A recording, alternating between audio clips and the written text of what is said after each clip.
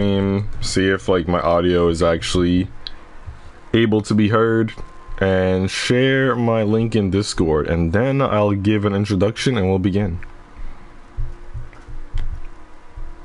Alright, what am I doing here? Let me go here. Go. What am I doing here? Oh yeah, okay, I can hear myself, that's good. Sound check accomplished.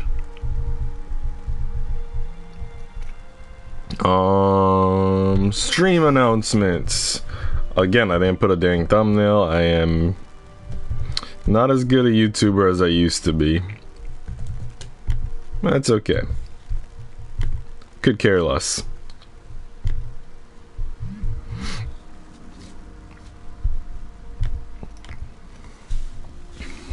Alright, so this is a Yuri game that I think I played maybe 2 to 4 hours worth of time in, and then it was around the time I stopped streaming, so I never played it again, never finished it. I'm partially through it, obviously. Don't remember too much of it. I think one girl was being bullied, a side character girl, and she might have been like the best girl in terms of partners for the main character, but we'll see. I know a lot of people who watched the stream liked the main character, but let's continue.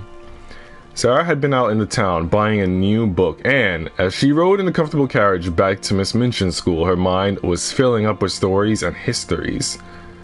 Quite unconsciously, she descended. You know what I'm remembering now? So this little girl, her dad like has a really close relationship with her, and I think they both really like literature and history and stuff. And she saw a poor kid, which I think is gonna end up being a girl and not a boy, maybe like a tomboy. And she was trying to give him a coin or something, and people were like, "That's not safe. Don't be trying to help the poor people." Vaguely remembering that as she gazes into this alley that is abandoned. Quite unconsciously, she descended the carriage steps with the grace of a queen, looking much grander than she might have imagined, if she were the sort of girl to think in great detail about how she looked. As Sarah crossed the pavement, she caught sight of a dingy little figure down on the servants' area steps, a girl with a soot-smudged face peering up at her with wide eyes. This is probably the poor person that I was telling you about. Something in the eagerness and timidity of that smudgy face made Sarah look back, and when she looked, she smiled because it was her way to smile at people. The eyes went even wider, as if afraid that she ought not to have been caught looking at a pupil of importance. The maid, if that was what she was, turned and scurried back into the kitchen, vanishing as quickly as a reversed Jack-in-the-Box. Poor little forlorn thing, I wonder who she is. Okay. I don't really remember how this menu works, but I'll figure it out.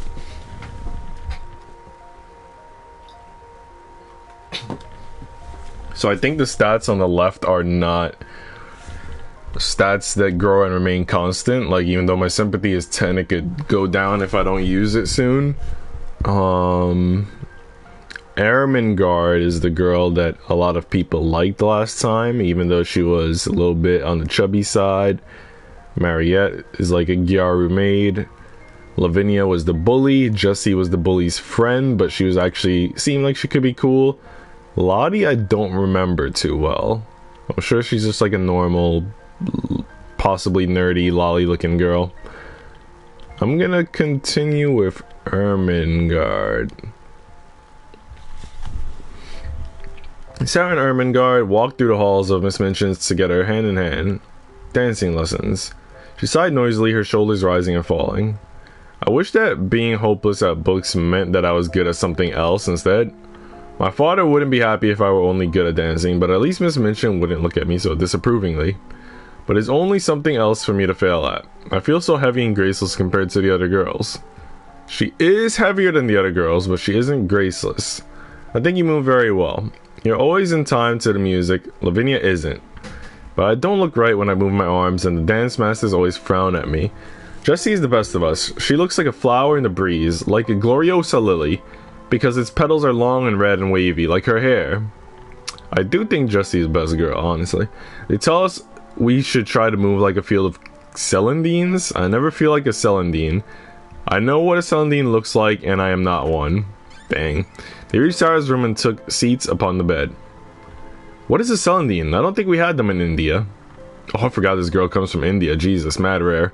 Oh, a little yellow flower. That's the lesser celandine?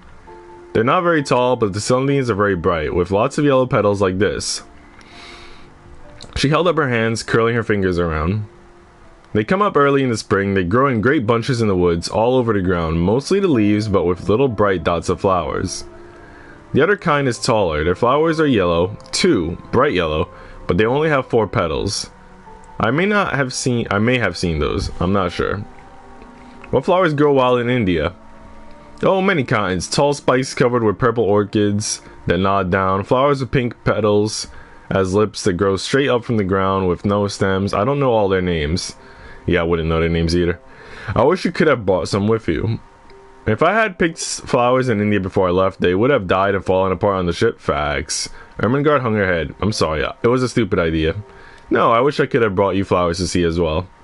Perhaps someday I will learn to draw and paint with watercolors. Then I can make pictures of flowers so that I can bring them to show you. Can you draw? I don't know. She held out her hands in front of her, examining the stubby fingers and their short, blunt nails. I wouldn't expect that I can. Your hands are so delicate, Sarah. That's the way a lady's hands should be. Sarah pressed her palm against Ermengarde's. Her fingers seemed almost the same length, but more narrow. Well, Emily's fingers are much rounder and shorter than yours, and she is still a lady. Your hands are stronger than mine. I'm sure there are many things your hands can do that mine can't. But you can do everything. Sarah's eyes took on a mischievous glint. Only magic can do everything. Imagine what I could do with this school if I really could do everything. Next week. The weather was warm and fine. The skies of London unusually clear. As such, Miss Minchin had decided that the proper Sunday outing for her girls was a long walk through parks and gardens. Keep up, keep together. A lady's health is also an important accomplishment. While the temperature outside was not so great in itself, the ceaseless beating of sunlight upon little heads slowly made their Sunday dresses a difficult burden to bear. This is abominable. My complexion will be ruined. I may have to write to my father and complain. She adjusted the position of the parasol on her shoulder and sighed. No proper young lady should be forced to trudge about on foot like this. Is that not why we have horses? Miss Minchin said that horses should have a day of rest on Sundays. As if a horse would know or care what day it is. I deserve a carriage. It is the due of my rank. Lavinia was not the only girl complaining about the walk. Sarah, Mama, I'm tired. Everyone is tired. Sarah, Mama, won't you carry me? Oh God, she calls Sarah Mama. That I did not remember. You have to walk for yourself. You're too big for me to carry you for long.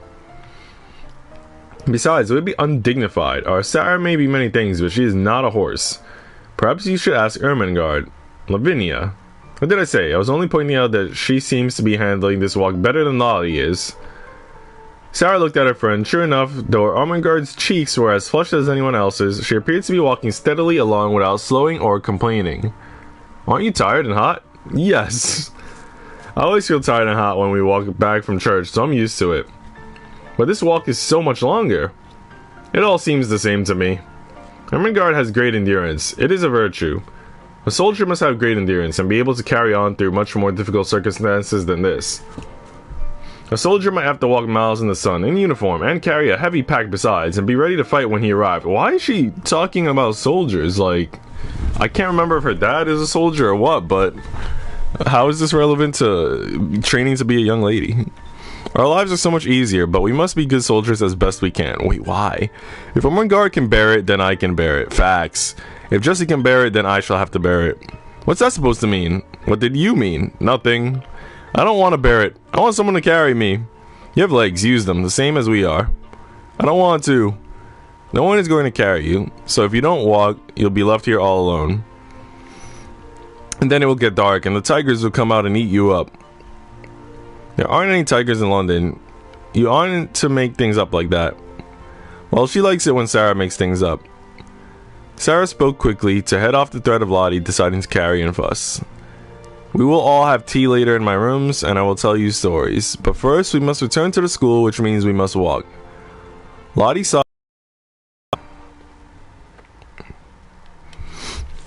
Okay, I don't remember. See, I want to do Jesse plot lines. I don't remember what we need for Jesse.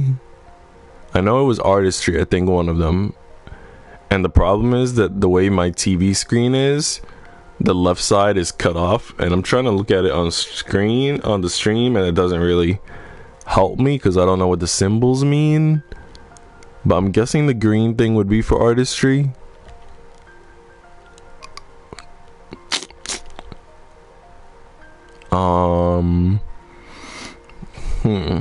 So I guess practice dance. Maybe I should do the same thing that I was doing before. Just practice dance, write in the diary, keep practicing dance, see what happens.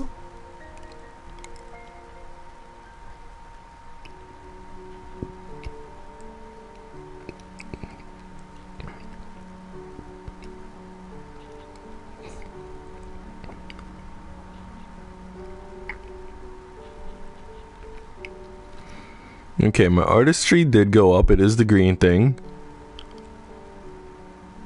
Vigor is running. Patience is clock. I guess that makes sense. The angel is grace. The cross is belief. The greatest power Sarah possessed was her power of telling stories and of making everything she talked about seem like a story, whether it was one or not. That's like a Nico Kirby power, because I make lore in the Discord. I gave Sushi some lore today on the DL in private. It was that power which Lavinia and certain other girls are most envious of, and at the same time most fascinated by in spite of themselves. And it was in service of that power that has so many of Miss Minchin's students had gathered in Sarah's jewel box rooms, seating themselves on chains or cushions or rugs to listen. The princess sat on the white rocks beside the lagoon, with a shining white lily in her hands. And as she turned it this way and that, she watched its reflection dance across the water below. The waters of the lagoon lay still, crystal clear and green as glass, but the princess could only see her flower in the reflection and never herself. So she looked, and she looked until at last she saw a face in the waters. Not her face, but the face of a merman. Sarah went on to tell of the courtship between the princess and the merman prince, and the girls who listened sighed sweetly and leaned their cheeks against their hands or each other. Open, and that same dirty figure Sarah had glimpsed before. The maid was cleaner than she had been on that other day, but seemed just as frightened. She hunched by the fire, afraid even to look at the other children or appear to be listening. She might make no disturbing noise, and she swept about the fire irons very softly. But Sarah saw that she was doing her work slowly in the hope of catching a word here and there, and realizing this, she raised her voice and spoke more clearly. The princess took her seat in the great clear bubble carriage, and a team of 6 seahorses pulled her into the ocean, their harnesses woven with pearls. Down into the sea they dove. At first the water grew dark, and the princess was afraid, but then, far below, fluttering and rippling through the depths, there shone a light. The small drudge before the grate swept the hearth once and then swept it again, and finally forgot to play at sweeping at all. The brush hung idly from her fingers as Sarah described winding grottos beneath the sea, paved with silver sand and lit by glowing sea stars. It was the choirs of mermaids singing that proved her undoing. The forgotten brush slipped from her fingers to clatter against the hearth and drew Lavinia's attention. What? That girl has been listening! What's wrong with that, bro? The culprit snatched up her brush and scrambled to her feet. She's got blue eyes, bro. Best girl. She grabbed the coal box and simply scuttled out of the room like a... I knew she was listening. Why wouldn't she? Or shouldn't she? She isn't one of us, Sarah. It isn't proper to talk with servants. Bro, Jesse a hater. Unless they are upper servants, like your Mariette. That's alright. I wasn't talking with her. I was telling a story. I do not know whether your papa would like you to tell stories to servant girls, but I know my papa wouldn't like me to do it. My papa, I don't believe he would mind in the least. He knows the stories belong to everybody. Nothing belongs to everybody. If it did, they'd all have to fight over it. Only loyal Armengard took Sarah's side. I think Sarah should tell stories to whomever she wants to tell them. You wouldn't think it wrong if she told stories to Tybalt, would you? Or should think it rather odd if she was telling stories to a cat? Oh please, Sarah, Mama, finish the story. Sarah looked at the room full of eager, upturned faces. No one wished to follow and harass the fleeing maid, but no one wished to go and invite her back again either. She would continue her fairy story, but she would not forget. Okay, I need grace if I want to have an Jessie date. Which means I can have an Ermengarde date and it won't affect my Jessie plotline. Eventually, when the new girl comes, it'll probably be that maid girl, and I'll probably simp her instead. Sarah, oh Sarah, look what I have. Ermengarde knocked rapidly on Sarah's door with one hand while the other pinned her treasures against her chest. When Sarah opened the door, she was surprised to see her friend clinging with such enthusiasm to what appeared to be a pair of books. Certainly books would be worthy of Sarah's excitement, but in Ermengarde's hands they seemed more commonly to be useless weights tying her down. Your father sent you something else? Oh no, these aren't from my father. May I come in? Of course. She held out her arm in elegant invitation. A hostess in miniature. What's going on, Cassie? How you been? Right now I'm streaming what should be a Yuri visual novel. It seems like there are 6 girls we can build a bond with, but so far only 5 of them are available. I think I'm only like 2, maybe 4 hours tops into the game because I streamed it a bit before I had stopped streaming. I don't know if you got to see it back then. I know that Saru was here back then, and Devarain was a big fan of this game because I remember he liked the main character Sarah. But yeah, I'm doing alright. I took a day off from work today. I heard that Red Lobster is going into bankruptcy, so they're gonna close a lot of locations, and my mom wanted to go to Red Lobster, so I went with her today. I tried snow crab legs for the first time because the security guard at my job was talking it up recently. He was like, oh, snow crab legs and butter, it's so good, I can't believe you never tried it. So I gave it a shot. I gotta say, they give you that tool, right, for cracking the crab legs, and I watched the video for how to use that tool, and I still wasn't doing it very well. It seemed complicated. I didn't like it, so I just started ripping the freaking legs with my bare hands, ripping the joints, even ripping the parts that weren't joints, just absolutely crushing it with my bare hands, and that seemed more effective. A lot messier, a lot more barbaric, but it was easier for me to do. So I did that, and you know, it was okay. It was definitely tasty, but it wasn't very filling. I got 1 pound worth because apparently on Tuesdays there's a sale, so you could get a pound of snow crab legs for $24 on Tuesdays. So I got a pound's worth, and then I got a starter, and it ended up being a lobster flatbread pizza. That was also not filling and just okay. And I got 2 rounds of biscuits. So yeah, I probably should have got a pina colada, but trying to stay a little bit healthy and avoid sugary things as much as I can, especially sugary drinks. I'm trying to stick to like water. That way I can cheat and like have a slice of cake here and there, like a tiramisu on the weekends. But yeah, I'm trying to limit sugar intake and have more things that are packed with fiber. Wait, Red Lobster is becoming bankrupt? They already are bankrupt. They filed for bankruptcy. Apparently they have over $1 billion in debt. They owe money to vendors. I'm guessing vendors are people who supply them with food and stuff. They're going to close a lot of locations, but they're going to try to remain in business. So I don't know if the location near me is going to close. But I will say that it was pretty empty today, which kind of makes sense because, you know, it's a weekday. A lot of people are working, but it was around lunchtime, you know, on a Tuesday. It was like 12 o'clock exactly, I think. And there were maybe just like 10 people in their tops. And that's, you know, 5 groups of 2, including me and my mom. So Yeah, I don't know, because it's a big location. You could easily fit like over 100 customers in there. So the fact that they only had 10 was kind of just like, damn, there's a lot of space that's not being put to use here. I think there were maybe like 2-3 waiters tops. Yeah, it was just kind of ghost town compared to when I used to go years ago, and it used to be packed. You can tell things are different now. I remember, man, a lot of times I would go, and like I said, they could fit like over 100 people easy. There's like 2 sides to the Red Lobster as well, and you could be seated on either side.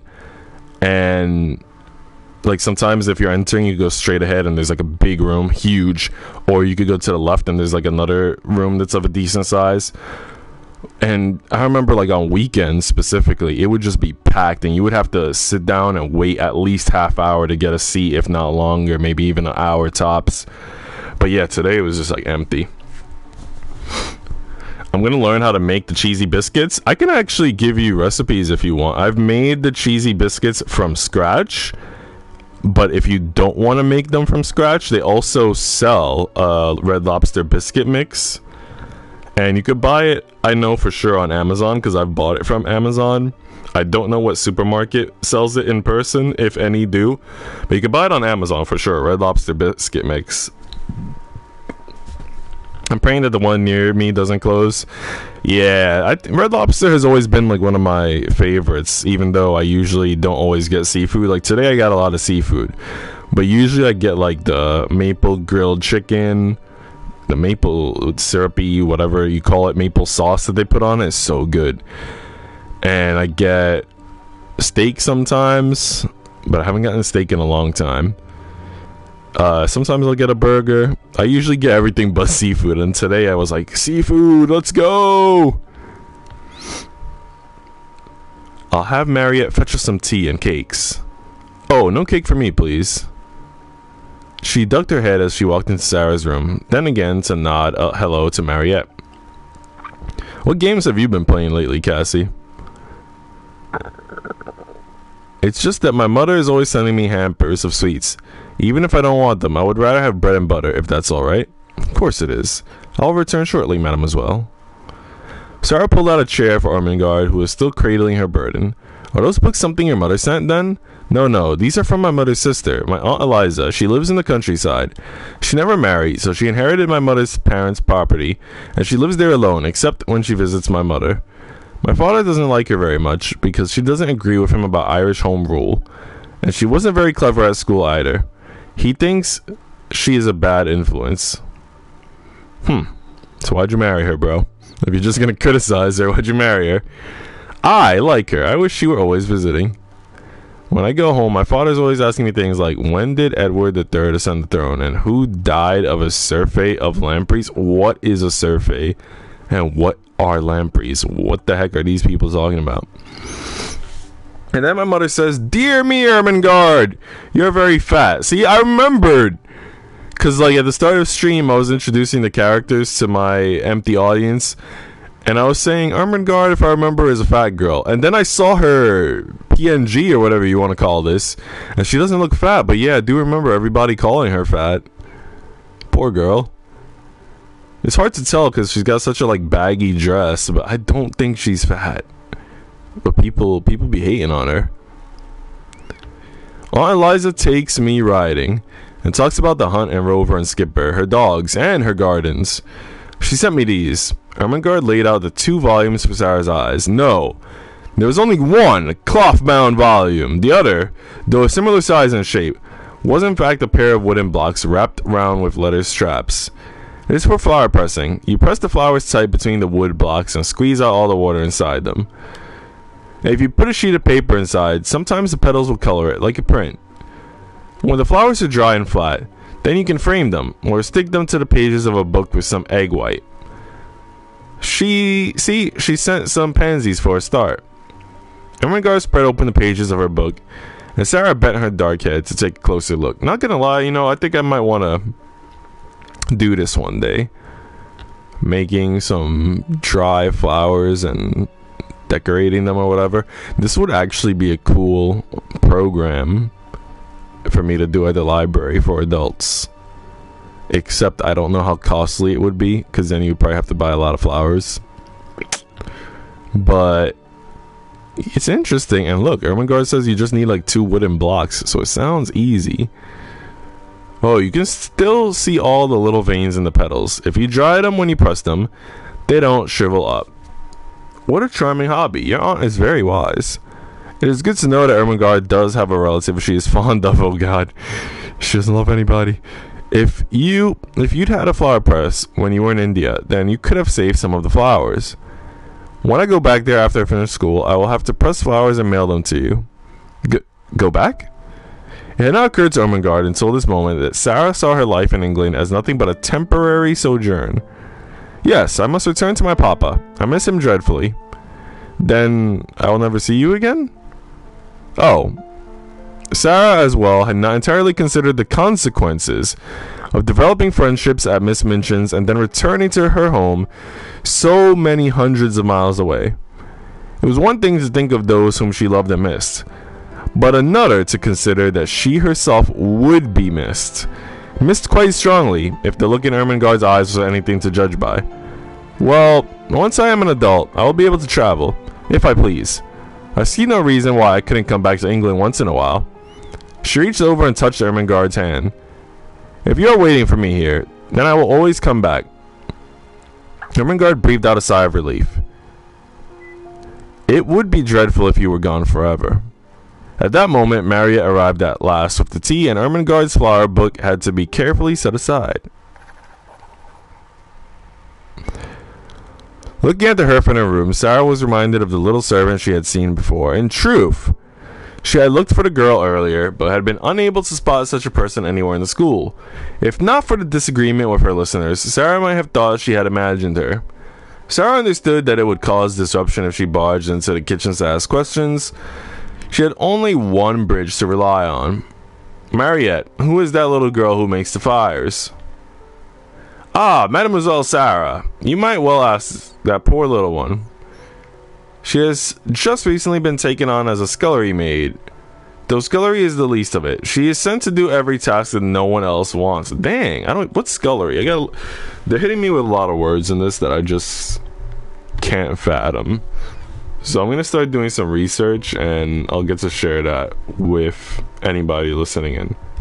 So earlier they said lampreys, which was like a thing. Apparently lampreys are fish. Very ugly looking fish, might I add. Kind of look like eels, but their mouths are just like something out of horror. They're carnivorous. Huh. Well, that's some freaky stuff. And what's a scullery mean? A small kitchen for washing dishes and other dirty household work. Alright, so she's the bus boy.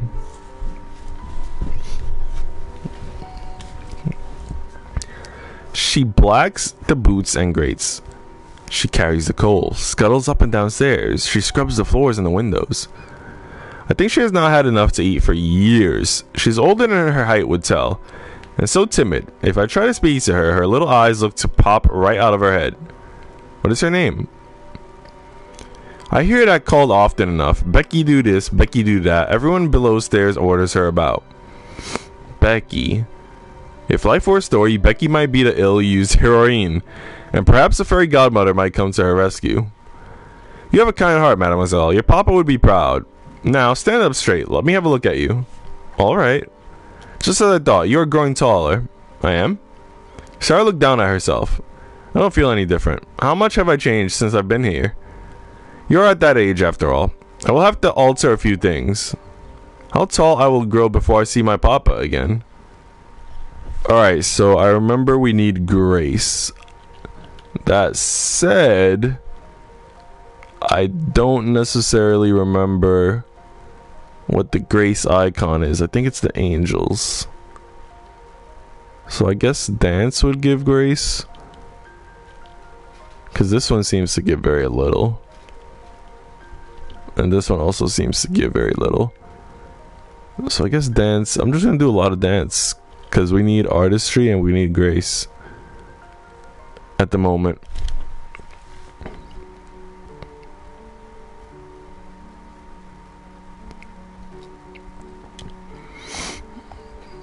I'm getting a lot of both.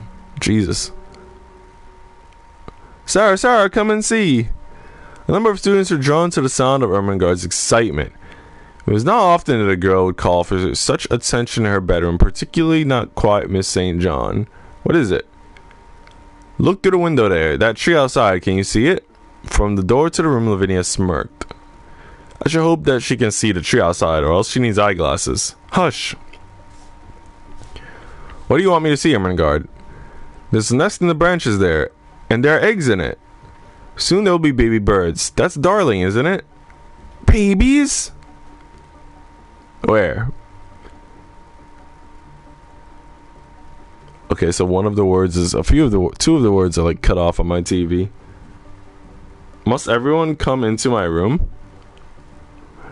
If you do not wish to attract attention in the future, do not bellow. Where are their babies?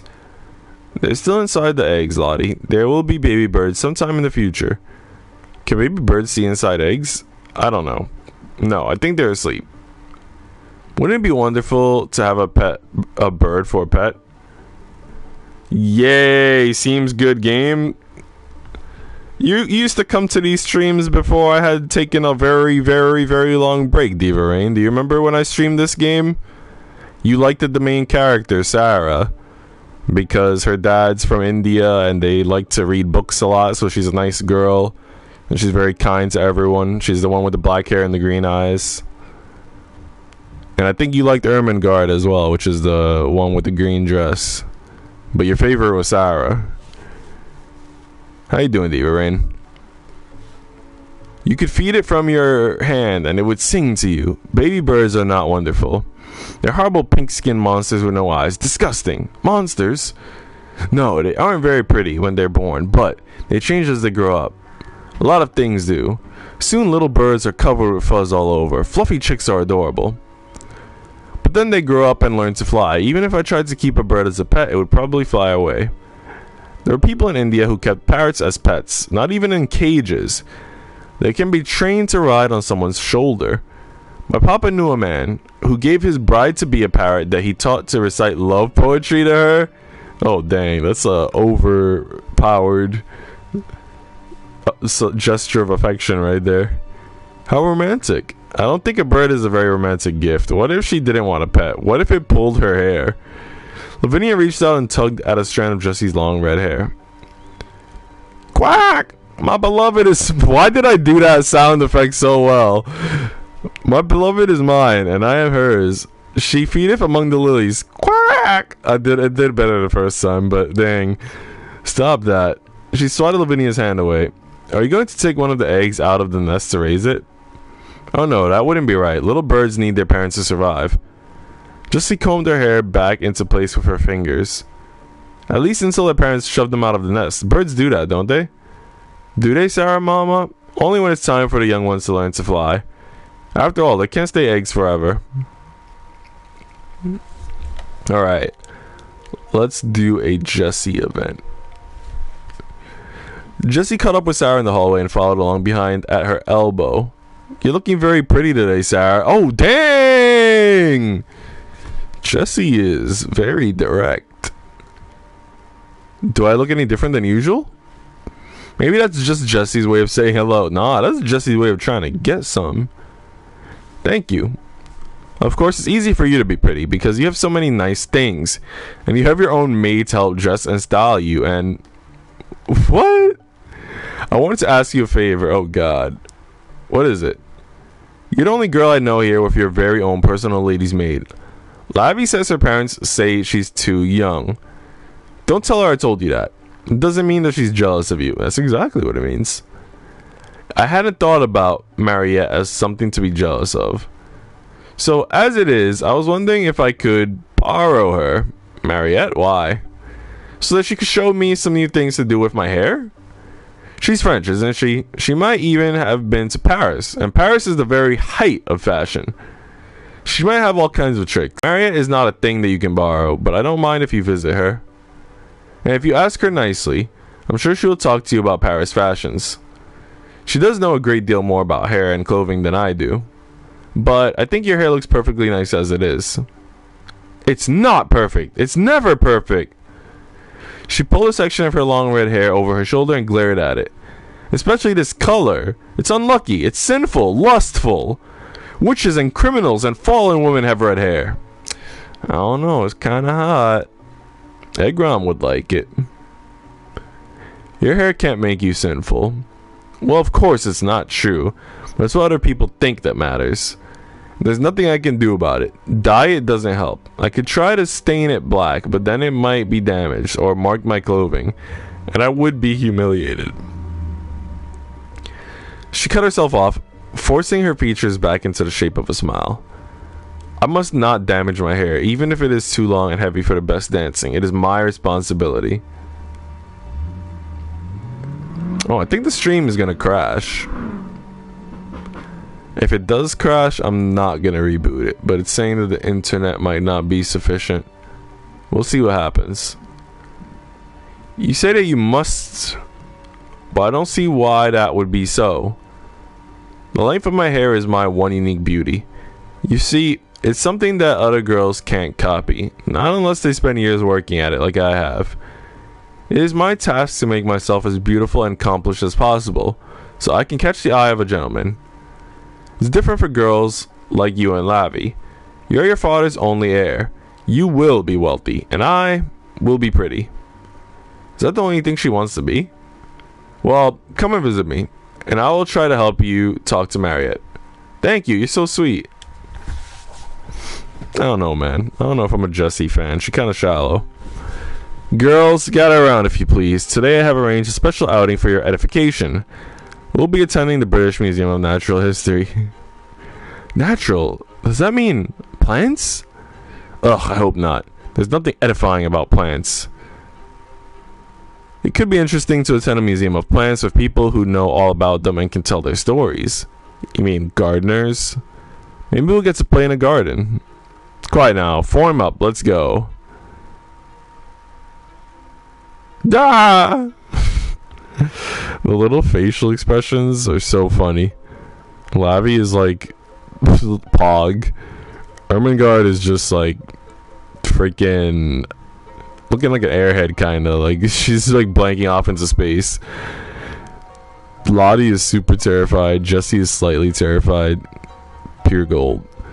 What's going on, Art Dun Sam? How you doing today, bud? Did I ever get to share a Discord invite with you, Sam? Let me know if you need one. I know Nightbot's been shelling them out by itself. But how's your day going? It's going to eat me. It can't eat you, Lottie. It's not a real dinosaur. It's a former dinosaur. It's dead. I like how Sarah didn't want to say it, and Jessie's just like, it's dead. It's going to fall on me. I don't think it will fall. It's really rather interesting. It's an amazing find. It's disturbing. It's a monster. It's marvelous. Let's go find something to look at that isn't dead. I think that everything in the museum may be. Then we'll have to look at the wall.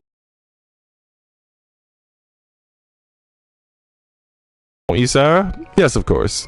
Are you coming, Lavinia? No. I want to look at this one a while longer.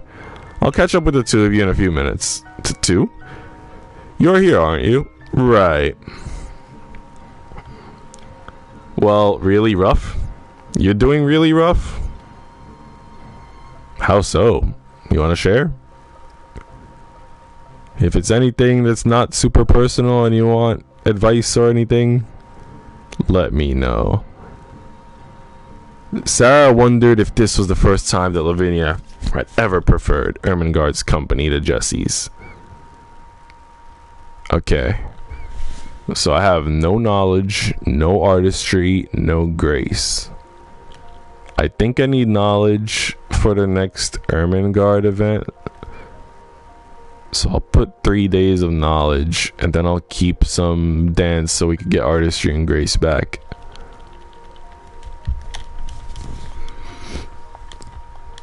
Alright, so far we're not doing good. I'm only getting singles instead of triples and doubles. Alright, so my knowledge only went up to 3. Feels bad, man. Sarah was awoken from her sleep by the sound of knocking. Ah, que se passe-t-il? It's alright, I'll get the door. Lottie? Sarah, mama. The younger girl clung to Sarah. I had a bad dream and the monster was going to eat me, and then I woke up and it was dark and I thought I saw something. Bones! There were bones in my room! Monster bones! Shh, it's alright. Mariette, where are my slippers? The maid brought the fluffy white shoes for Sarah to slip her feet into. I will walk you back to your room and show you that it's safe. They went into the hallway together, two little girls in the dark. You're not mad? I woke you up. Well, I want to sleep, but you want to sleep too. And if you're too afraid, you can't sleep. But if I help you, then we both can. Lottie blinked her eyes a few times but said nothing. There we are. See? No bones. Just a tree's shadow. Right. I was at the door. Sorry, mama. I didn't really think there were bones in my room. I mean, I thought it, but I didn't really believe it was true. I knew that it wasn't. I just wanted to feel better. I'm sorry. Sarah nodded slowly. Sometimes when you pretend things, even if you know behind the doors in your mind that they're not quite real, they still feel as if they were.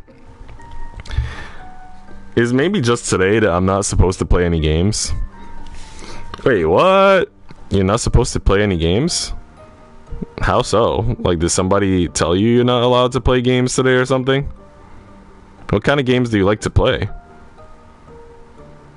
Usually, I took a day off from work today, but usually I'm too tired to play games when I get home, so I'll only play like maybe an hour.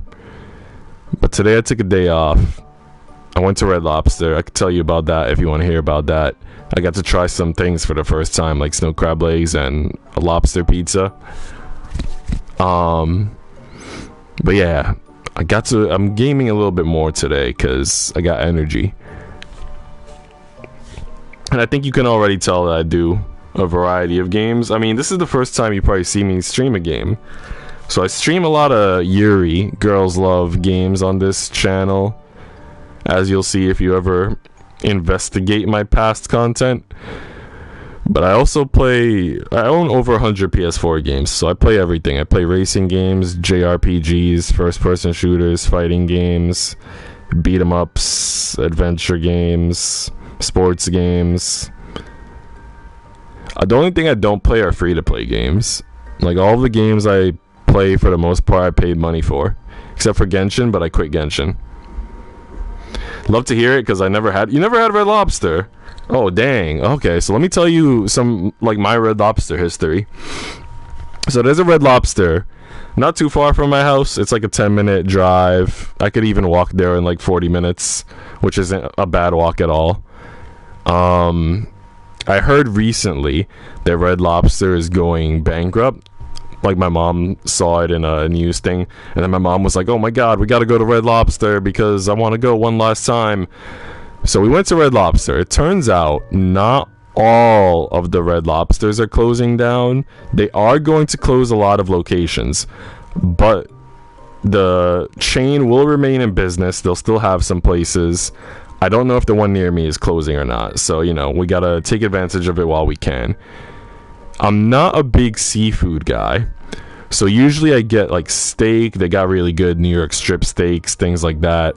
I'll get burgers. They have a really good grilled chicken with like a maple sauce type of thing over it, which is maple glaze, and it's so good, man. It's so sweet and so amazing. I love it. So I'll usually get that.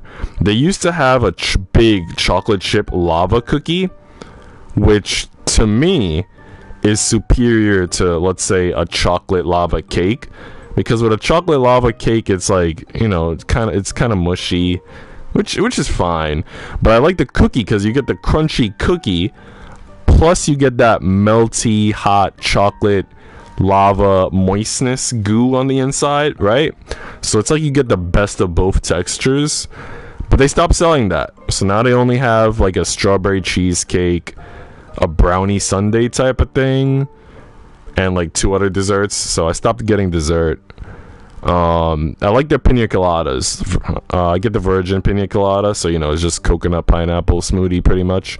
Very, very good. Very, very slushy like, I guess. Has a good texture. It's not too liquidy, it's not too icy. It's nice and smooth. I'll get that. And then today I tried the snow crab legs because it was on sale, $24. You get a whole pound, and I had to use these like tong-like things. I don't know what they're called. It feels like almost a tool that you would find in a tool chest, right? Almost like a wrench or something. And I had to use those to like crack the legs. And I watched the video, but I sucked at it. But I wanted to try the snow crab legs because yesterday someone at my job was like, "Oh, you've never had it before? You like eating? What the heck? Snow crab legs are awesome." So I was like, okay, I gotta try it, right? The freaking tongs I was using, I couldn't figure it out. Like, I was doing it, but it just didn't feel smooth. It didn't feel efficient. So I was like, F it. I'm gonna rip these crab legs apart with my bare hands. I'm like ripping them at the joints. I'm ripping them at the center of the legs. I'm just shredding these legs apart barehanded. And I'm getting the meat out. They give you like this garlic butter that you could dip it into. It gives it a really nice flavor. But even with the pound, you know, since you're only getting the little bits of meat inside, it ends up being not a filling meal. So I had the lobster pizza with it, which was a starter, like an appetizer, and it was a flatbread.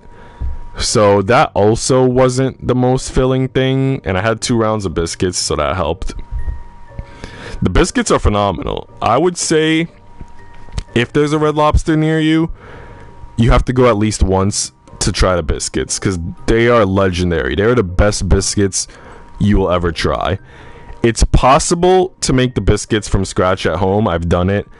They also sell a Red Lobster biscuit mix. You could buy it on Amazon. It's like $10, maybe $15 a box, which is kind of expensive. They're hard to find in like a supermarket. You probably won't find it. But even then, even if you're making it from the mix or making it from scratch, it'll be good, but it won't be quite as good as like eating it at Red Lobster. So yeah, they do like this garlic butter thing over the biscuits, and I don't know what else they do. It's like cheddar bay biscuits, right? There's cheddar cheese in them, but it's just so fluffy and like soft and buttery, and has a little bit of salt, right? Saltiness to it, and it's just so good, man. It's way better than like a Pillsbury biscuit or any other biscuit you'll get. Definitely better than like KFC or Popeyes or any other place by far. Like it's pretty much any other biscuit is not worth having once you think of Red Lobster biscuits. So yeah, I had a pretty good day of food, and in general I've had a pretty good day. But yeah, what are some of your favorite foods? You know, I told you I tried the lobster pizza today, which was okay because it definitely tastes like a seafood, right? I will say, like, if you ever want to try something lobster and you go to a Japanese restaurant, try the lobster rolls. I don't like eating like sushi because I don't like eating raw fish, but I looked it up because sometimes the things that they make in Japanese sushi places aren't actually raw. So I did some research, and it seemed like what I read online, if you get something like a lobster roll, the lobster is actually cooked. So I decided to trust it, and I got lobster rolls at a Japanese restaurant. I've gotten it twice now, including once this weekend, and I posted the pictures in my Discord.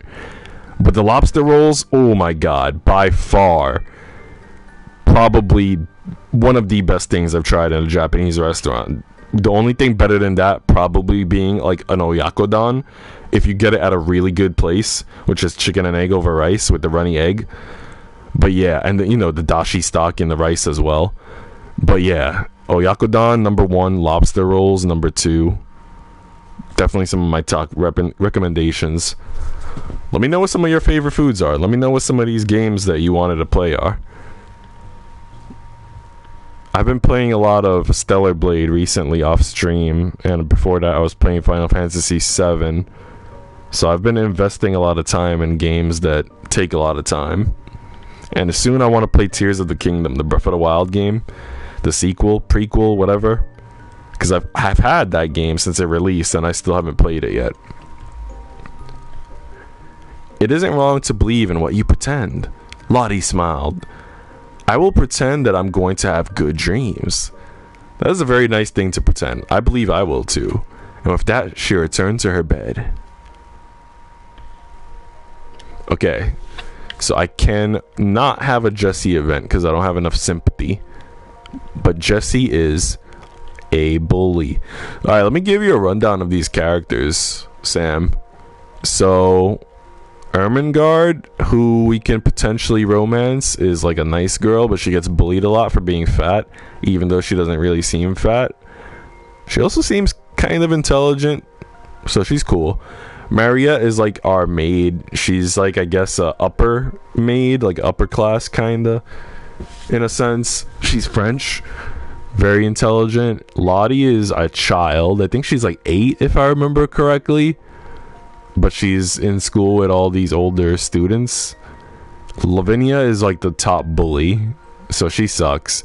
And Jessie is Lavinia's best friend, so Jessie is like kinda a bully, but not really. She's more so just like what was the word I used earlier? Shallow. She's kind of shallow.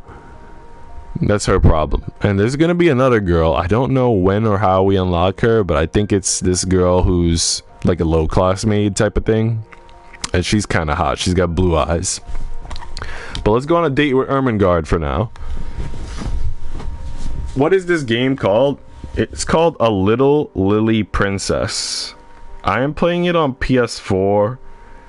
I think it might only be a console game, but I'm not sure. Are you into Yuri Girls Love games? Because I could give you a lot of recommendations since I've played a lot of them. But yeah, this is called Little Lily Princess. I think I got it for like $10 or less. It's not an expensive game at all. Sarah, would you like to go for a walk? It is a lovely day. Well, no, it is not a lovely day, but it is as close to a pleasant day as we are likely to have in London. And nice girls always say it is lovely if they wish to go out. So nice girls lie. And I wish to go out with you, if that's alright. I played a couple, but I haven't seen this. Oh, you've played a couple. What are some of the ones that you've played? So I've played Seabed, which I think they have on PC, but I played it on the Nintendo Switch.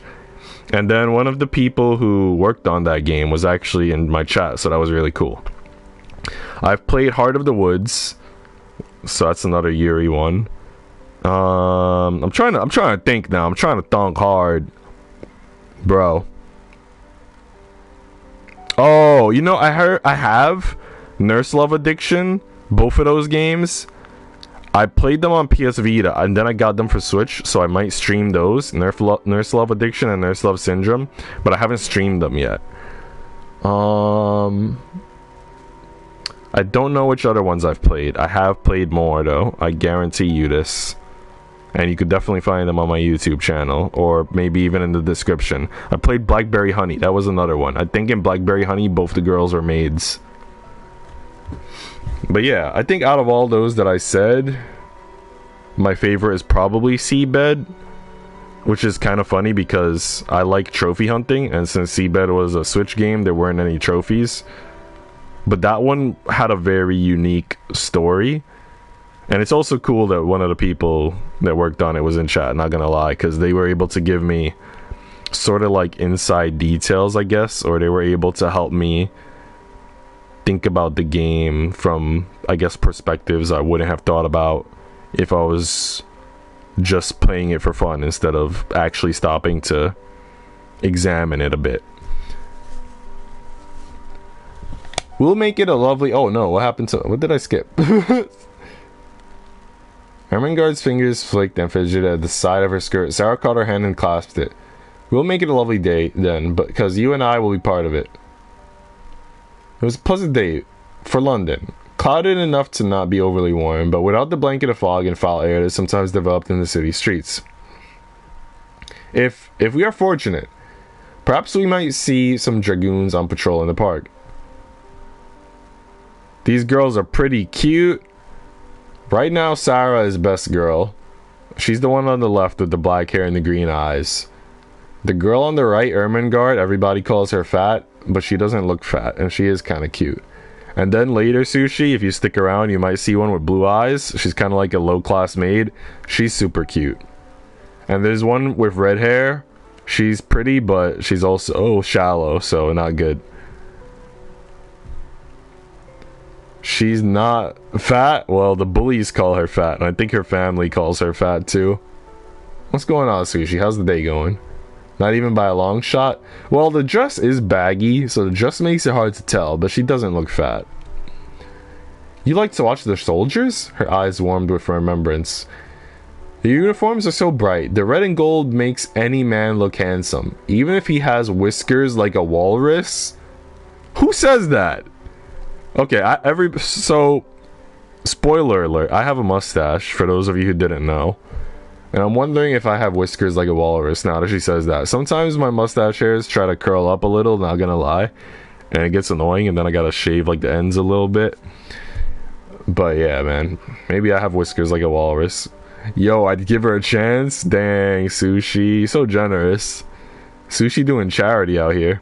Okay, I have a foggy memory, but I played Seabed. Oh, that's freaking awesome. Plus the DLCs and Letter from Rainy Day. Oh, hold up. Let me research that. I've never heard of Letter from Rainy Day. Maybe it's a PC only or something, because I know I've played a lot of the console ones. Letter from Rainy Day game. Letter from a Rainy Day, Oceans and Lace. Love Between Girls. Yeah, seems like it might be a Steam only game, but it does look like a pretty good one. The art looks pretty dope. And it's like a $20 game, it looks like, more give or take. I'm looking at the Canadian price though, so it might actually be cheaper.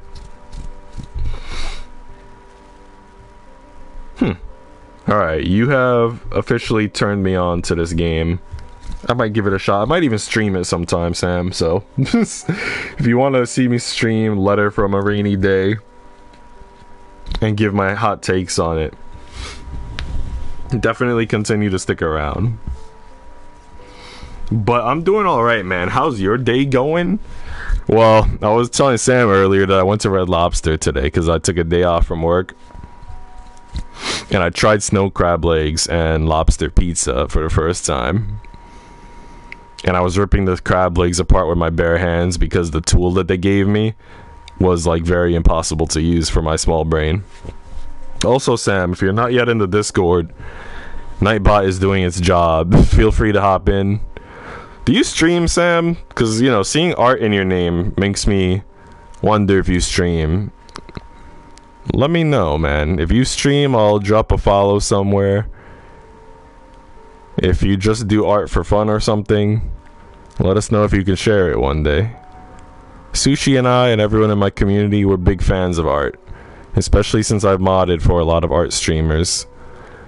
It makes me feel good, somehow, to see them, to think that they and I are in the same world and owe our loyalty to the same queen. Yes, that is how I felt sometimes when I saw Papa drill with his regiment. That I am proud to be part of the British Empire. I have never heard anybody say, I am proud to be part of the British Empire, especially with empire in the sentence. This is freaking crazy. Oh, Ermengarde's heart was lightened by the thought that one of her strange feelings was something that she shared with her idol. Encouraged, she continued. Oh god, Sarah's her idol? Is this like a K-pop thing? I'm so proud to be part of the Empire. No affiliation. I think if you don't affiliate it, people will assume it's Star Wars. The Empire. Sometimes I think that if I were a boy, I might like to be a soldier. Then I could go on adventures in faraway places like your papa, India, or even Africa. Not gonna lie, I would never want to go to Africa for two reasons. When I think Africa, I think hot, and I think crazy diseases going on. Dude, I don't even want to be where I am right now, man. Like I said, I went out today, right? And I'm in the cab, and because we took a cab, and you know how when you're driving, you lower the window to try to get the breeze in, get some fresh air. So I lowered the window, you know, because that helps me to not get car sick. And there's like no air coming through the window. It's just hot as F out here, right? And I'm thinking, fuck. Because I don't, you know, when I was young, I never used to care. If it was summer, I was good with it. If I was sweating, I was good with it. Like, who cares, right? especially because I've always been active. I like being active. I like walking. I like playing sports, whatever. So you get over it. But now that I'm older, I'm like turning into my dad. Like my dad like hates the heat. He wants to always be in the AC. Right? I'm becoming that. So like nowadays, I try to hang out as much as I can in like the fall, winter, and spring, and then when summer hits, I just hide. I like hibernate. I just don't want to deal with it. That's why it confuses me when everyone at my job, they take time off in the summer, because I'm like, you know what? I'd rather be at work in the summer. You know why? Because work has free air conditioning, and I'd rather take my vacations like in the early spring when it's like nice weather. I can wear a hoodie, I can chill, and then I can travel with the weather being nice for me. But yeah, I don't know. I feel like I'm the only person that hates the summer, even though I didn't always hate the summer. I think this just started like maybe last year. I just started hating the summer. But yeah, I'm over it. I like how they said go to faraway places like your papa. Kind of sounds like I like to go to faraway places like your mom's place. Sushi, your MILF hunting, it never ceases. My dad used to try to get me and my brother to be active, but now he just walks since he's getting older. I kind of regret it a bit. Maybe I should do more stuff with him. Well, as a nurse, Sushi, you should be aware of the benefits of walking, man. It helps your blood pressure. It helps your blood sugar levels. It helps your blood circulate. It helps prevent blood clots. It helps you stay slim. It helps everything. It helps your leg muscles. So they say that you should walk, I think, at least 4 times a week for at least 30 minutes. I walk typically at least 6 times a week for at least close to 2 hours, at least an hour and a half, 6 times a week. So, I've always liked walking, and I used to play baseball and basketball. Occasionally I'll do other things like some weightlifting and stuff like that, but walking has always been like my primary means of exercise. And I think when you're walking with someone, that's just as good as, like, let's say hanging out with them in a restaurant or something, you know what I mean? Like if you go for a walk with your girlfriend, that could be a date in itself, just like walking, even like especially if it's like in a nice setting like a park. So if you want to spend quality time with your dad, I feel like walking with him is definitely a good go-to. I think if he does anything else that's pretty chill, like fishing, like my dad loves fishing, that could also be a good way to spend time with him. Probably my number one favorite memory with my dad was when we went on a fishing boat. I mean, we went on a couple of fishing boats, but there was one time in particular where him and I were kind of competing, and I think we were catching porgies, and he caught maybe 10 porgies, but I caught like 12. I beat him by just a hair, and we brought home 22 fish, and the people on the boat, they like flay it for you to get the scales off and everything. But it was still just too much. I think we gave some to my grandma, we gave some to the neighbors, and I think we just never got around to cooking some, and it just spoiled in the freezer. But yeah, that was one of my favorite memories with my dad. Another time we went on a different fishing boat, and I remember I caught like a bass. That was pretty cool. There was another time I caught a lake trout. But yeah, definitely, spending quality time with your parents is important. Today I spent time with my mom in the Red Lobster. She had a good time, so that's cool. I think another time I spent time with my mom, we were playing Ticket to Ride, which is a board game. It's like a gateway board game that's like easy to learn. I play it online. I've played it with Sushi and with Saru as well. Sam, if you join the Discord later, if you join my Discord and you have Steam, let me get your Steam friend code at some point. Maybe you could join us when we do online games and stuff if you're ever interested. Fish can spoil in the freezer.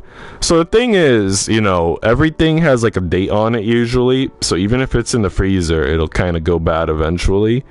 But the real thing that makes it bad, like the point where we start to get rid of meats, is when it gets that really bad freezer burn, where if you cook it, it'll still taste kind of like freezer in a way, you know what I mean? So like I know with burgers especially, if the burgers have been in a freezer a long time and then you throw them on the grill and you're heating them up and it's nice and ready to eat, it'll still taste a little off because that freezer burn, that frozen flavor hasn't completely left it. And that's the point where we usually start to get rid of food, if it's just been in the freezer so long that it's basically no longer a food item but just a block of ice itself. You know what I mean? So maybe spoil is not the right word, but in a way it could still go bad, kinda. You know what I mean? Are we back to food talking? We've literally been doing more food talking in the past hour than we have actually playing the game, which to be fair, I appreciate, because I usually stream to talk with chat anyway. I don't really care about the game when I stream. I stream just so chat could have a good time interacting, you know what I mean? So if you guys are here talking and we're all having fun, that's the important part. But yeah, we're talking about food. I was telling them that I went to Red Lobster and I tried snow crab legs and I tried lobster pizza for the first time, and then we were talking about like doing things with family, like fishing and things like that, which brought us back to food because of fish. Nah, screw the game. Girls are temporary. Food is forever. That's type facts. It's working. It is working. Everything's working. What's going on, Click? How you doing today, bud? My dad loves lobster. So I was telling Sam earlier that I've tried, I think maybe 3 different lobster dishes, but 2 of them especially come to mind, and that's obviously the lobster pizza that I had today, which definitely tasted very much like seafood. And I've had lobster rolls, which is kind of like sushi, but I heard that in the lobster rolls the lobster is actually cooked, which I'm hoping is true because I don't want to eat anything raw. But with the Japanese lobster rolls, that's like the best lobster thing and arguably the best seafood thing I've ever had. And the place where I got it makes it like a lobster tempura roll, so you're getting the rice, you're getting the lobster, you're getting that fried tempura goodness, and it's just amazing. You're getting whatever that brown sauce thing they put on it is. I'm pretty sure it's like a hoisin sauce, but yeah, it's awesome. I did not know that lobster was bad for high blood pressure. I do not have high blood pressure, but my mom does. Pretty much everybody in my family does except for me. So that's good to know, because I thought lobster was actually a lot healthier. Luckily, I have a nurse in my chat and as a friend. I'm fine. My back is hurting because my friend who's a year older jumped on my back because he saw a smaller friend do it to someone else, so my back is done. Well, you're not alone. My back is like almost always hurting, and it's mostly because of my job. You know, when I have to sit at the desk in front of that fucking computer, and I have terrible posture, admittedly, and it just kills me. And sometimes I try to stand up instead, but then standing too long could get kind of tiring and boring as well. So I don't know, I just hate the desk. I like walking around and shelving books and stuff. Give me some of that brown sauce. Yo, you mad lewd, bro. What's going on? Sorry, how you doing today? We were talking about Red Lobster because I tried snow crab legs and lobster pizza for the first time, and we were talking about hanging out with family, and we're talking about brown sauces. You should get a standing desk. So the desk at my job kinda is a standing desk. It's not an official standing desk, but it's tall enough that it could function as a standing desk. The only problem is, well, I guess what my preference would be is, I've seen these things, right? I don't want to call them benches, but I don't know what a better word for it is. But it's kind of like a diagonal rectangle, right? That you could sort of lean against. And it's not really a chair, but it's something you could lean against while standing. And I think if there was something like that behind the desk, it would be awesome, because we could stand, but also have a bit of comfort, have like our ass against something, you know what I mean? But just standing up straight in a sort of not relaxed at all stance is just tiring, especially since we're at the desk for like anywhere between an hour to 2 hours tops, and I'm just like, shit, man, Like, get me off this desk already. And they love putting me on the desk. I'm like the slave of the welcome desk. Everybody who comes in through the front doors, I'm the first face that they see all the time. Yeah, but I'm half your age. My back shouldn't be hurting. That's true. My back didn't start hurting. Well, I'm not going to tell you my age, so I guess this is not helpful information. But my back didn't start hurting until about 2 years ago. And you've got a ways to go before you get to what 2 years ago was for me. If you do more back exercises, maybe it'll fix your posture. So here's the thing, Sushi. I've been to physical therapy a few times. And everybody always tells me that my sitting posture is fucking horrendous. Which I completely agree. But also when people like fix or straighten my posture, it doesn't feel comfortable. It feels like something I have to focus on to maintain. You know what I mean? Like, good posture doesn't come naturally. So they taught me a few back exercises. I try to do some of them regularly, but you know, it's also like I don't have a lot of time. I get home, I'm tired, that kind of thing. So the easiest thing for me would be to just stand up or to lay flat on my back, because those are the two like best natural postures. Because I saw in an article there are only 3 postures that are good for your back: standing up straight, laying on your back, and I never got to read what the third one was. I feel like the article cheated me, but whatever. So I try to do those things as much as possible instead. I have not gone to a chiropractor. Maybe I should. But I know I've gone to physical therapy, and they taught me a few exercises there that I just have to do more. I also don't know. I think if I try to go to a chiropractor, I would need a referral from my, whatever they call that, PCP, or primary care physician. And then I would have to find time for appointments, because, you know, when you're working 5 days a week, and so a lot of doctors, they aren't open on your free days, like Sundays they aren't open. So it could be hard to find time for an appointment. But yeah, that's something I should think about one day, especially if it gets really bad, because right now it's kind of manageable. Like, it'll hurt, but then if I, you know, lay on my back, or if I stand up for a while, if I fix my posture, it'll start to ease up. I'll bounce back. I think another thing that really messes up my back, and I think that messes up everybody's back and we don't realize it, is like stress. So, and sometimes you're stressed and you don't even realize it, because when my back hurts, and I'll really think about it, right? And I'll realize, oh, I think my back feels a little bit tense. And I'm guessing that tension is stress. I don't really know if maybe I'm tense for another reason. But I think tension is part of what causes those issues as well. And I try to drink chamomile tea organic to help relax, in case that's the problem, but I don't really know. Personally, I wouldn't trust a chiropractor. Why not? Sarah was caught up in the vision. Oh my god, the vision. Perhaps you might even perform an act of great heroism to save lives at risk of your own, and then be knighted by the hand of Queen Victoria. Ermengarde hid her face behind her hands.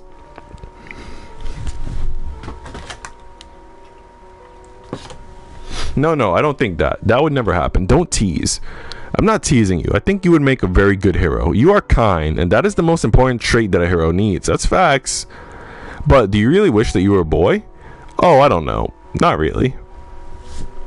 Besides, if I were a boy and a soldier, my father would still be disappointed in me. How sad it is to forever feel that your father is not proud of you. I'm confused. I thought the dad only had beef with the mom. Does he have beef with Ermengarde too? What the hell? Sarah. Yes? The next time that I go to visit my family, will you come with me? I'd like to be able to show you parts of England that aren't London. Maybe we could even go and see my Aunt Eliza. The countryside is so much nicer than even the parks here. We could go through the woods and look for berries and mushrooms, and she reined herself in. You don't have to, only if you wanted. It's fun though? Wait, what? Cracking is fun? I don't know, man. I don't think your back is gonna crack, my dude. I feel like I'd walk out with 3 missing bones somehow. Dang. That does not sound good. Sarah stopped in place. She turned to Ermengarde and placed her hands on her shoulders to make sure that her friend was looking. I would love to go to the countryside with you. She let go of Ermengarde then and laughed, and a gay, bright sound that made the other girl smile to hear it. What the heck? To come all this way to England and then to see nothing but Miss Minch in school. Surely that would not be right. You're lurking because you're at McDonald's working? Alright, my dude. You enjoy them burgers. Oh, sorry. It would be lovely. Truly lovely. Not lovely because it is the polite thing to say. Only, do you have any old clothes? If we are to hunt in the woods or lie in the grass, you might not want to wear your best frocks. I'm not sure. I have some dresses that are nicer than others, but nothing that is truly old. I could buy more clothes, but then they would be new. Marriott says that I am growing a great deal right now, though, and that soon I will not fit into some of my frocks, so I suppose that I will have old clothes then. You could borrow mine if you wanted. This is getting sexier and sexier. We're sharing clothes now? We're making gay sounds? What the hell? I don't even know if I'd walk out, probably be in a wheelchair. Make me one XYZ? Dang. That's crazy, bro. You gotta find a girl that'll make you a sandwich. Click.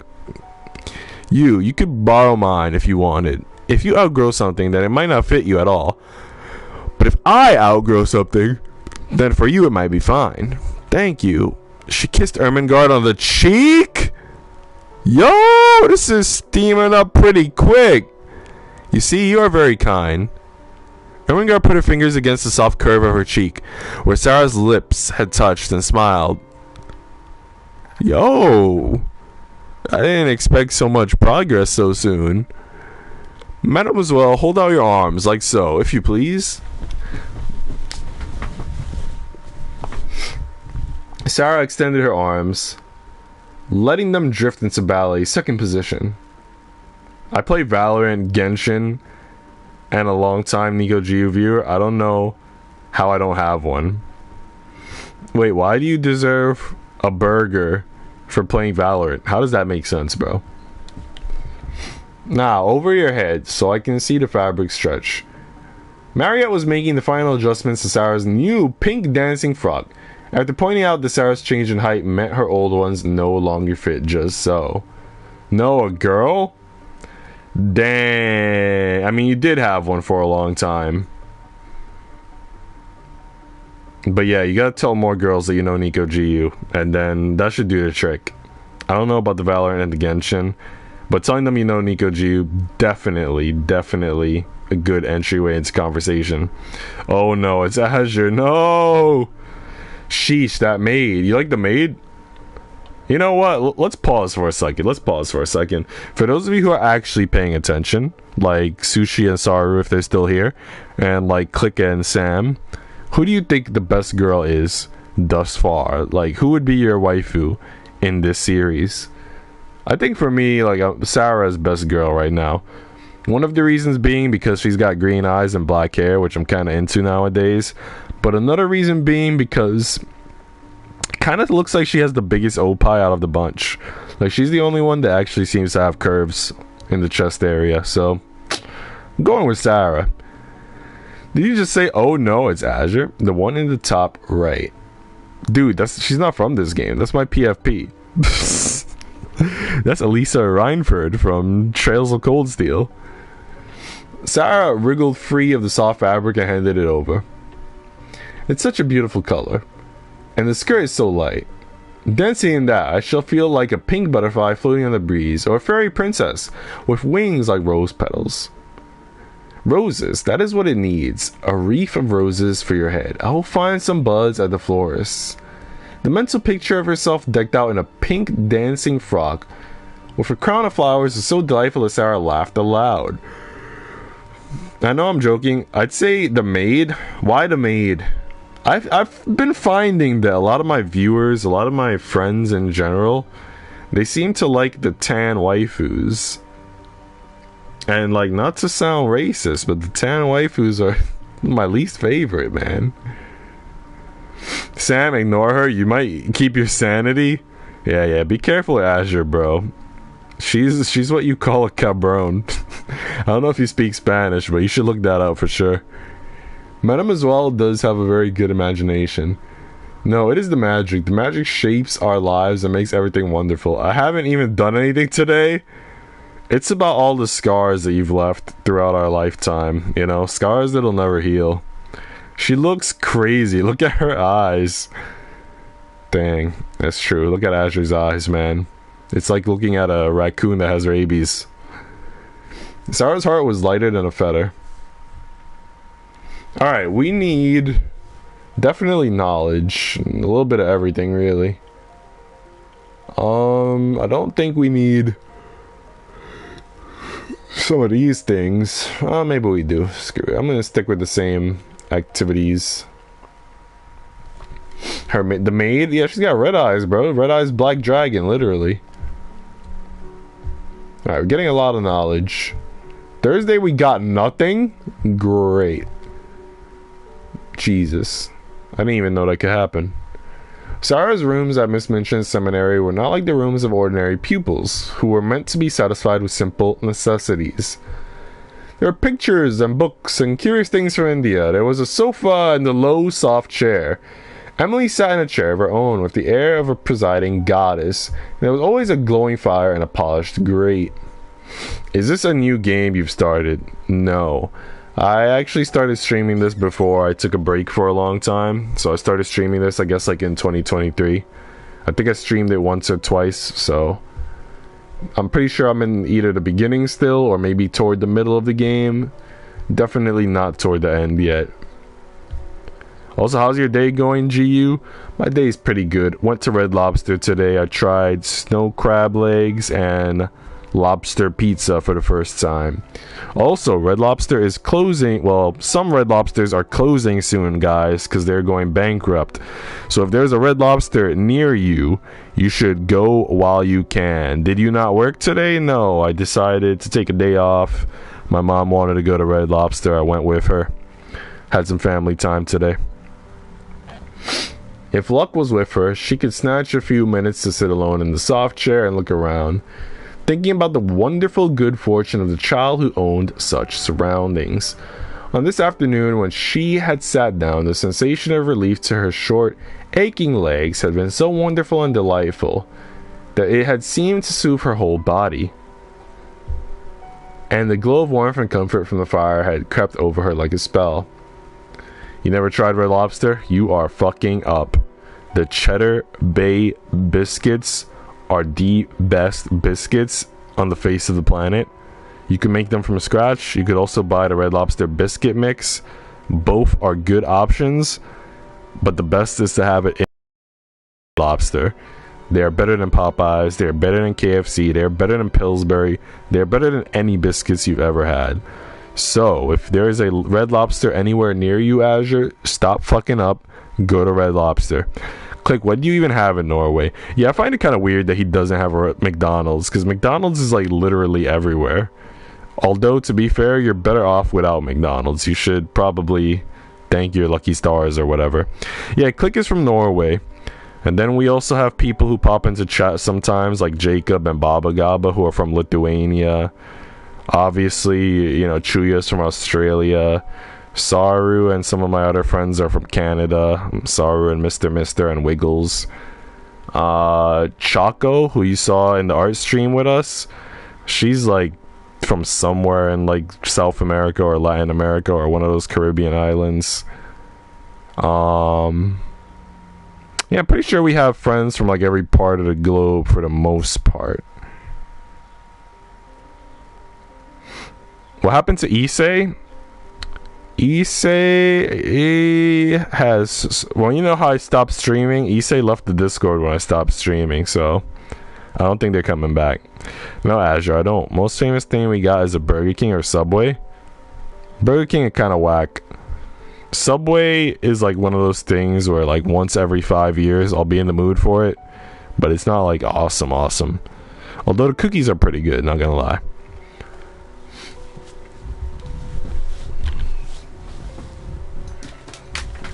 I'm gonna drink some water, guys. Hold up. Also, if you haven't liked the stream yet, don't forget to like the stream. I gotta refresh. Oh, I got 6 likes. Damn, you guys are on the ball and extremely generous today. I think that deserves some kissing sound effects made IRL.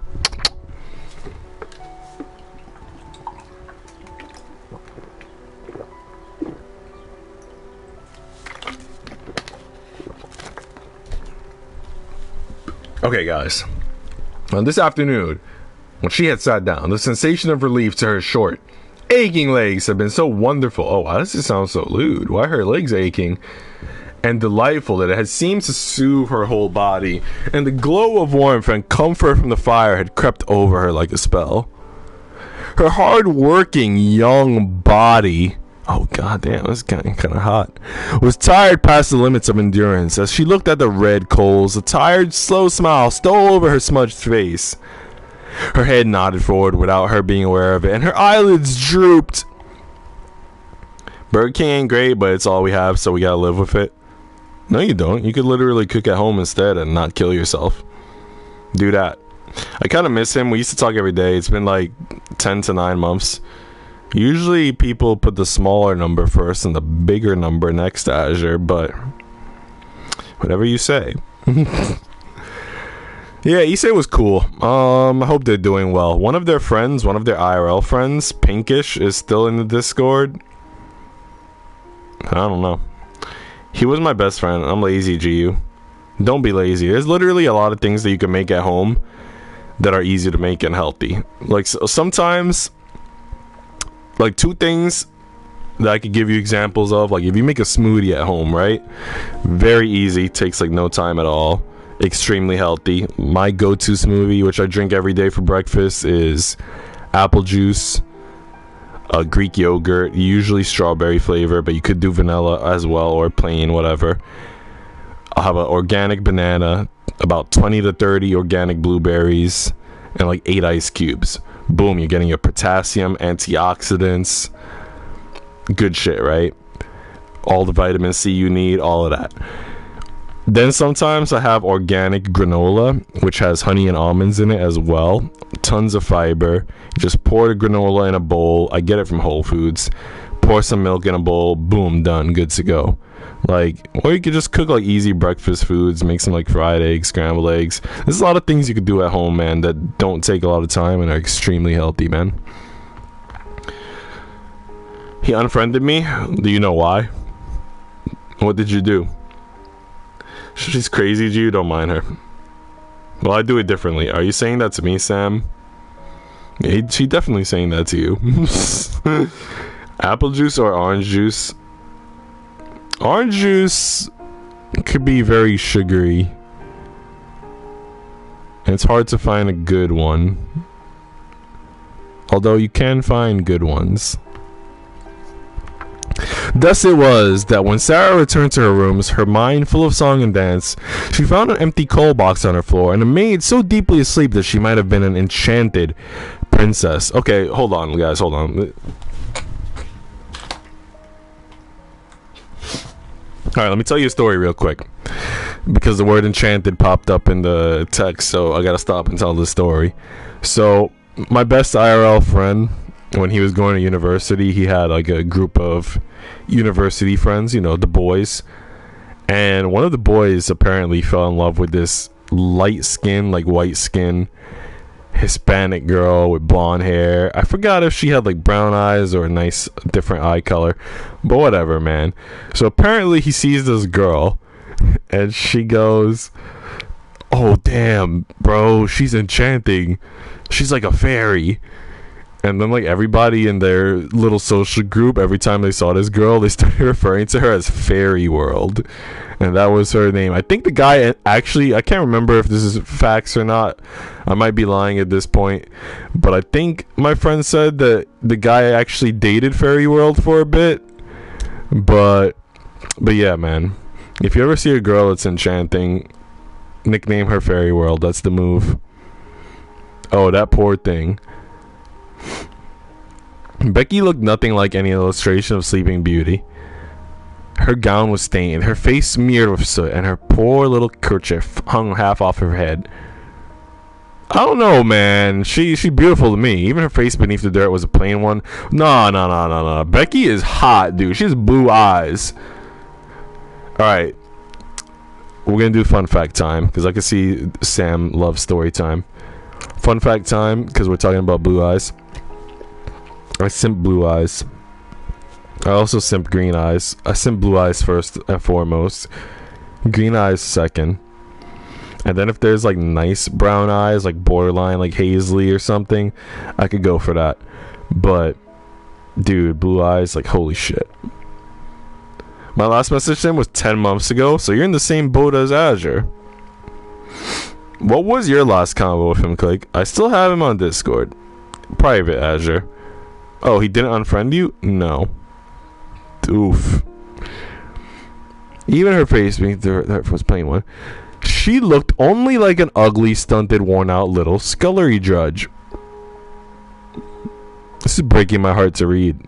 I think that the little maid girl is beautiful. I don't know why they would call her ugly. But Sarah was not crossed to find such a figure in her own favorite chair. The ill-used heroine of the story. Now at last I can talk to her when she wakes. She crept closer to the chair, walking quietly on raised feet, and stood there looking at her. She's sleeping. That's pretty hot too. I will say though, when I look at Dojinshi, sleeping is not one of my preferred tags. It is actually a tag I'll stay away from.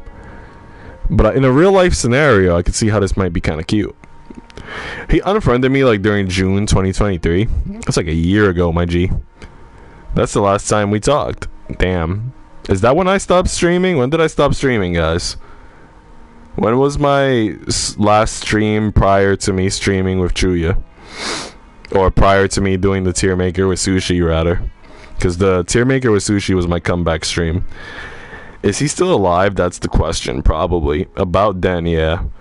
Dang, so I stopped streaming and then Issei abandoned everybody. I brought this darkness upon us. I wish she'd waken herself. I don't wish to waken her, but Miss Minchin will be cross if she finds out. I'll just wait a few minutes. She took a seat on the edge of the table and sat swinging her slim legs. If Miss Minchin came looking for Becky, she was sure to be scolded. But she's so tired, so tired. At that moment, Sarah's indecision was interrupted by a popping sound from the fire. A piece of flaming coal had broken and shifted. Oh yeah, fun facts, guys. So I'm considering, I have not announced it yet, and hopefully nothing changes between here and there, but I'm considering doing a stream on Sunday of Scriblio where you guys can join VC, or if you don't want to join VC, that's fine, but you can still join the Scriblio game. If I do it,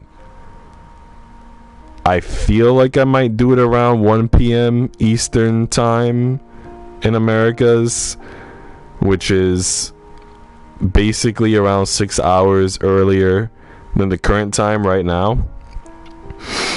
If you guys want to join the VC, you'll have to make sure you're in the Discord and that you're on Discord on Sunday at that time.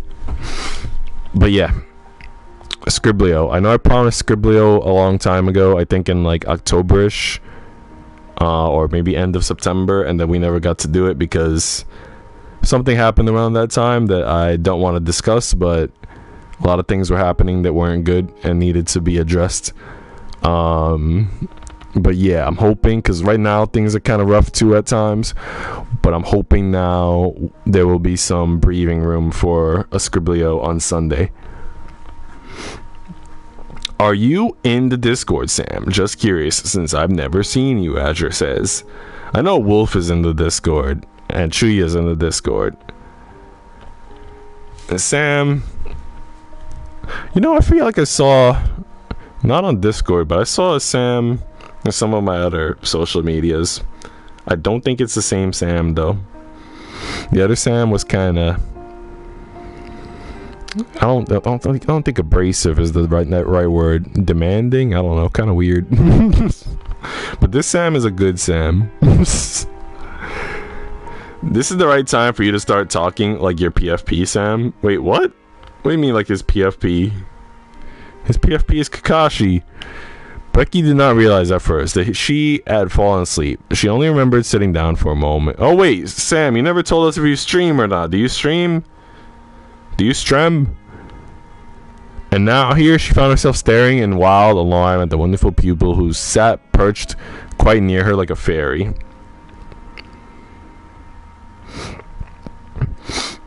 Kakashi, gee, what? You know, she is obviously Kakashi. He's masking his mouth and he has the silver hair. And you can see his Sharingan. You used to stream. Oh, you don't stream anymore? What made you quit? Is it because of work? Too busy? That's what made me quit. But now I'm just like, fuck it, I'll do a few streams. I'll probably go on another hiatus and stop streaming again when August comes, because I'm going to be starting university again for a degree in library science. But I'm going to try to stream a bit for at least 3 months until then. So everybody make the most of these 3 months while I'm streaming. Try to come to all the streams, talk, have fun. Internet is trash. That makes sense. Wolf also said that they don't stream much for the same reason, so that makes sense. Gee, you're so uncultured. You mean extremely cultured. Becky sprang to her feet, clutching at her kerchief to set it right. Oh miss, I arsed your pardon, miss. Oh, I do, miss. I've never seen the word arsed. I should start using that. Please, I arsed you for some Cheerios, mate. In a bowl with cinnamon milk. Sarah put her dainty feet on the ground and stood. Don't be frightened. It doesn't matter the least bit. I didn't go to do it, miss. It was the warm fire and me being so tired. It weren't impertinence. Sarah broke into a friendly little laugh. You were tired. You could not help it. You are not really awake yet. Ain't you angry, miss? Ain't you gonna tell the missus? No, of course I'm not.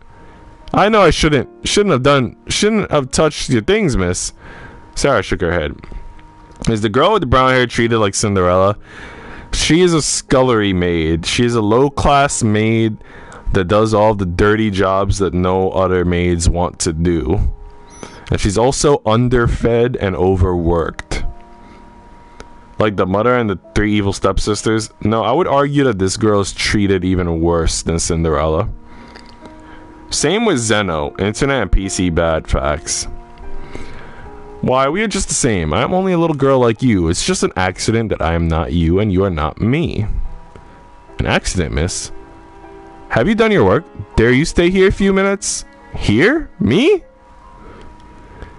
If your bedrooms are finished, perhaps you might stay a tiny while. I thought perhaps you might like a piece of cake. Cake? Me? Do her eyes just like start glowing? Do her eyes look different? Yes, of course. The next 10 minutes seemed to Becky like a sort of fever dream. The show pupil opened a cupboard and produced a thick slice of cake. All for her, and actually seemed enthusiastic about watching Becky eat it. In between bites, Sarah managed to get answers to a few questions.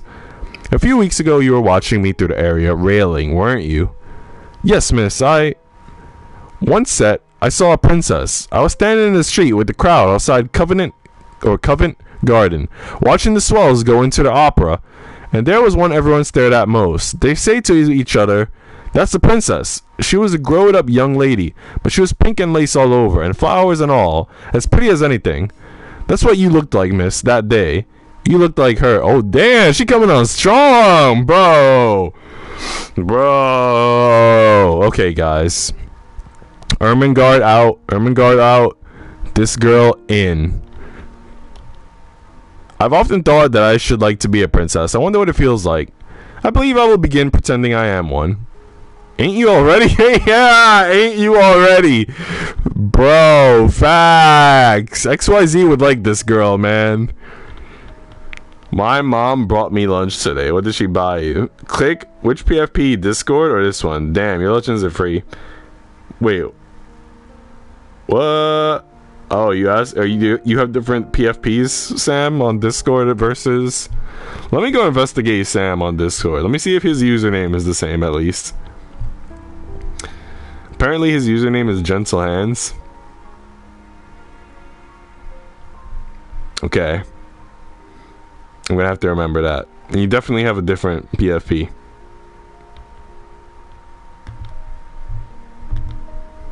I'm gonna give Sam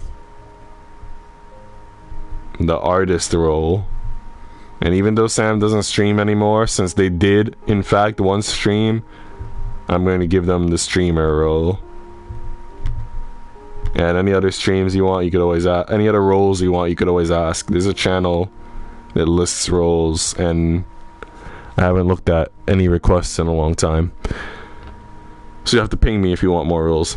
It is, but my mom is just brought me some. What do you mean, Sam? My mom did to Azure, but that's because I'm sick and at home with a few. Why are you always sick? Literally, back when I used to stream frequently, Click was sick like every week with a different thing.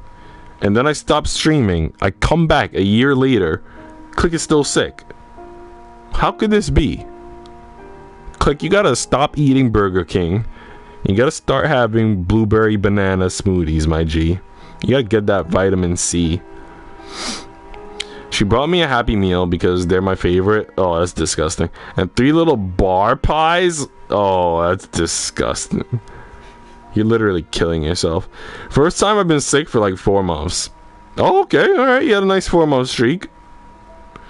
You know, to be fair, a lot of my friends have been getting sick lately as well. One of my IRL friends that I've known since pre-K texted me Monday and said he had, which was yesterday, I said he had a fever, which is crazy. And there's been a lot of stuff going on, like bird flus and all types of new COVID variants, COVID flirt, and there's like a raccoon zombie disease in Canada right now, which is kind of like a super rabies, I guess. There's a lot of shit going on everywhere, man. But that's only because we read the news. If you don't read the news, everything seems normal. So, you know, if anybody wants mental health advice, there's t-shirts in Norway. It's never hot here, but I'm warm-blooded, so it doesn't feel cold, but it is cold. True, you're not a good dad, so G. Damn, thought everyone was warm-blooded, no? I am warm-blooded. A warm-blooded maniac. Ain't you already? Elsewhere in the school, there was a sound of a door slamming. Oh, miss, I've got to go. Nah. Get in the bed. Take off the apron. You do what I say. I'm the lady of the house, bitch. Come back someday when you have more time, and I can finish that story you were listening to. I'm always putting new bits to it in my head. Oh, miss, if you do that, I won't mind how heavy the cold boxes was, or what Cook done to me, if I might have that to think of. Oh my god, what did Cook do to her? I don't like the sound of this. She bobbed an awkward little curtsy, grabbing for her kerchief when it slipped again, and then hurried from the room. Finally, we can do events of Becky. Alright guys, I am sorry to say I am breaking up with Ermengarde, even though she got a kiss on the cheek and things are getting wholesome. I'm breaking up with her, and Becky is new best girl.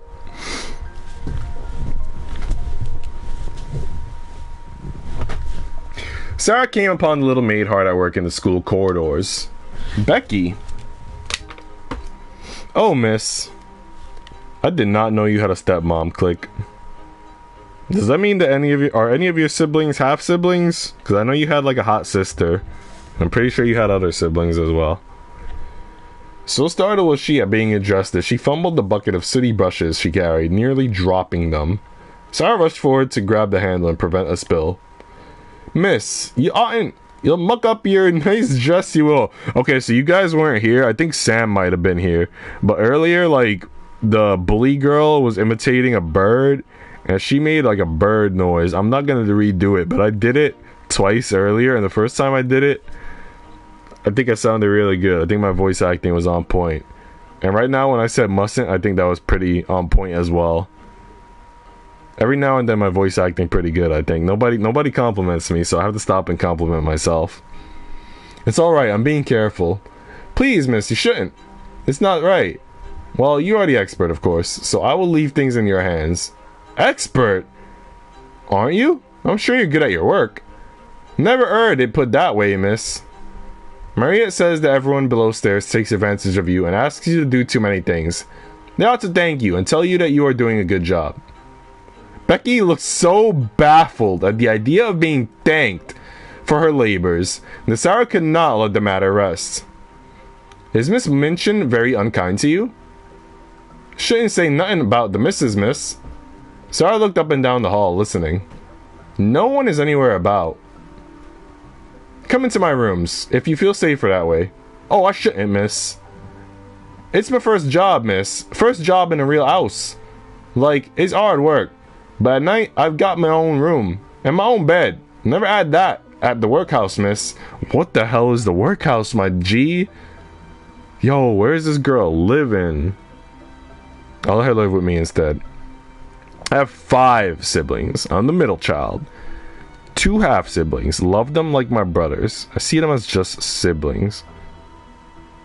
Ooh. But your sister is like your full sister, right? I like the way when you read while you match the characters' tones. I feel like I don't often match the characters' tones, though. I mean, I try to do like excitement if it seems exciting. But I've heard people tell me that I actually don't read well. They say that I'm very monotone, which is crazy to me because I feel like I try to sound, you know, the part. But, you know, the way you hear yourself and the way people hear you are different. So I hear myself doing the character dialogue very well, and other people don't often hear that. So I appreciate the fact that you enjoy my reading, Azure, because I think this is the first time anyone's told me that they enjoy my character tones. Although I will give you guys a story, so I don't know if you guys watch a lot of PewDiePie, but a long time ago PewDiePie used to do these segments. I think he had like 50 of them called Pew News, and in some of his Pew Newses he would imitate like IRL news anchor people, and he would do funny voices that weren't exactly their voice. So one voice that he would do was Gloria Borger, and he'd be like, I'm Gloria Borger. So one time I was teaching and I was with a kindergarten class, and I was reading a picture book to them, and throughout the entire day I was saying that I was Gloria Borger or some shit, and I was doing that voice the entire day, especially during the picture book reading, and they were loving it. And then it was around lunchtime almost as I was reading it to them, so the principal was like starting to walk around the building. And you know, I was like deep in the room because the classroom had like a little bit of a hall before you enter the classroom, right?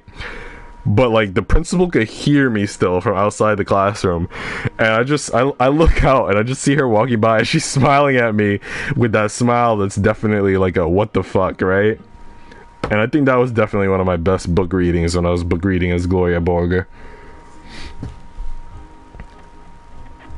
At least you have real siblings. I'm adopted. Are you adopted, Sam?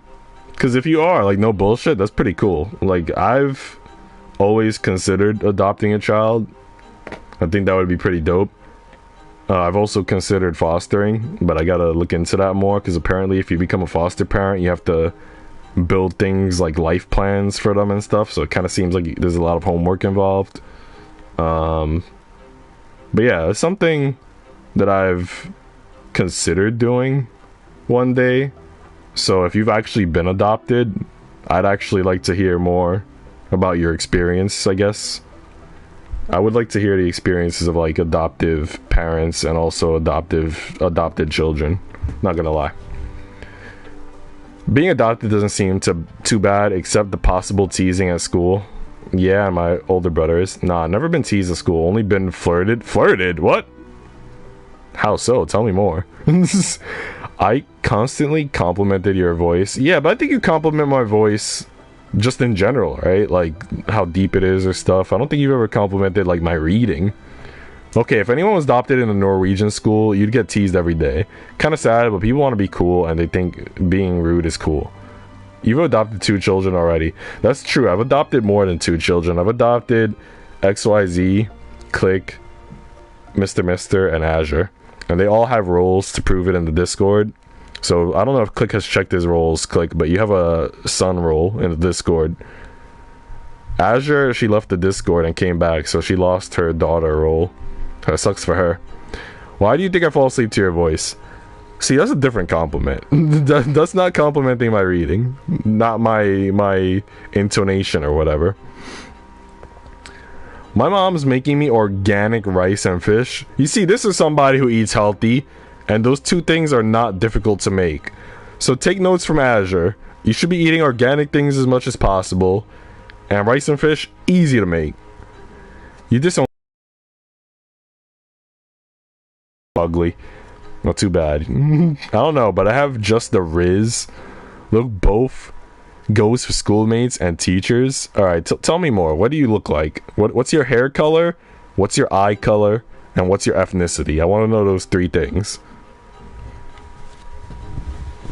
I gotta get a sense for why Sam isn't an alpha Chad. You didn't have a bed? Room's full of beds, miss. But more full of girls. Whoa! Whoa! That's kinda hot. And do you have a sister? Do you want him to bang his sister? Are you trying to push him into an Arrow manga scenario? Everybody squeezes. It's good in the winter, and it keeps you warm. Sarah did not lack for imagination, but she simply did not have the frame of reference to picture a workhouse dorm, with its rows of narrow beds crammed together. The smallest sleeping quarters she had ever seen were those on the board the ship which brought Sarah and her papa to England. You want another name? I don't know. You left the Discord. So if I change your name, I might change your name to Discord Slave to prevent you from leaving the Discord again. You'll officially be chained to the Nico GU Discord. But it's still my room, so it's not so bad. If the missus hadn't given me this job, I don't know what I'd do. She is grateful for so little. Listen, are you done with your chores for a while? Would you like to come and have cake again? Oh, miss, I'd like that, but I've got these other rooms still to do. And the curtains, and... She looked absolutely crestfallen at the idea of abandoning the cake, but still determined not to give up on her duties. Such unrewarded diligence. Miss Minchin does not deserve her. It's alright, I promise. I will keep the cake and wait for you. You can come by whenever you are finished for the day. Even if it's evening, miss? There's a whole heap and cooked sour today. Well, black hair, eyes, and Asian. Well, I don't think there's any such thing as black eyes. I used to think eyes were black if they were normal. But apparently normal eyes, I think, are brown eyes. So you have black hair, brown eyes, and you're Asian. I mean... I could kind of see it, because, like, I feel like a lot of girls simp Asian dudes nowadays. So, I can see you having the Riz for sure. I like Asian guys. What? How's your hair look? Describe it in a K-pop person. I like how you just say I like Asian guys. And, I do vaguely remember that you said you were bi, but that just completely caught me off guard. Any username is fine except the one I have right now. Jesus. What if I call you a maricona? If you work so late, then you need to treat even more, don't you?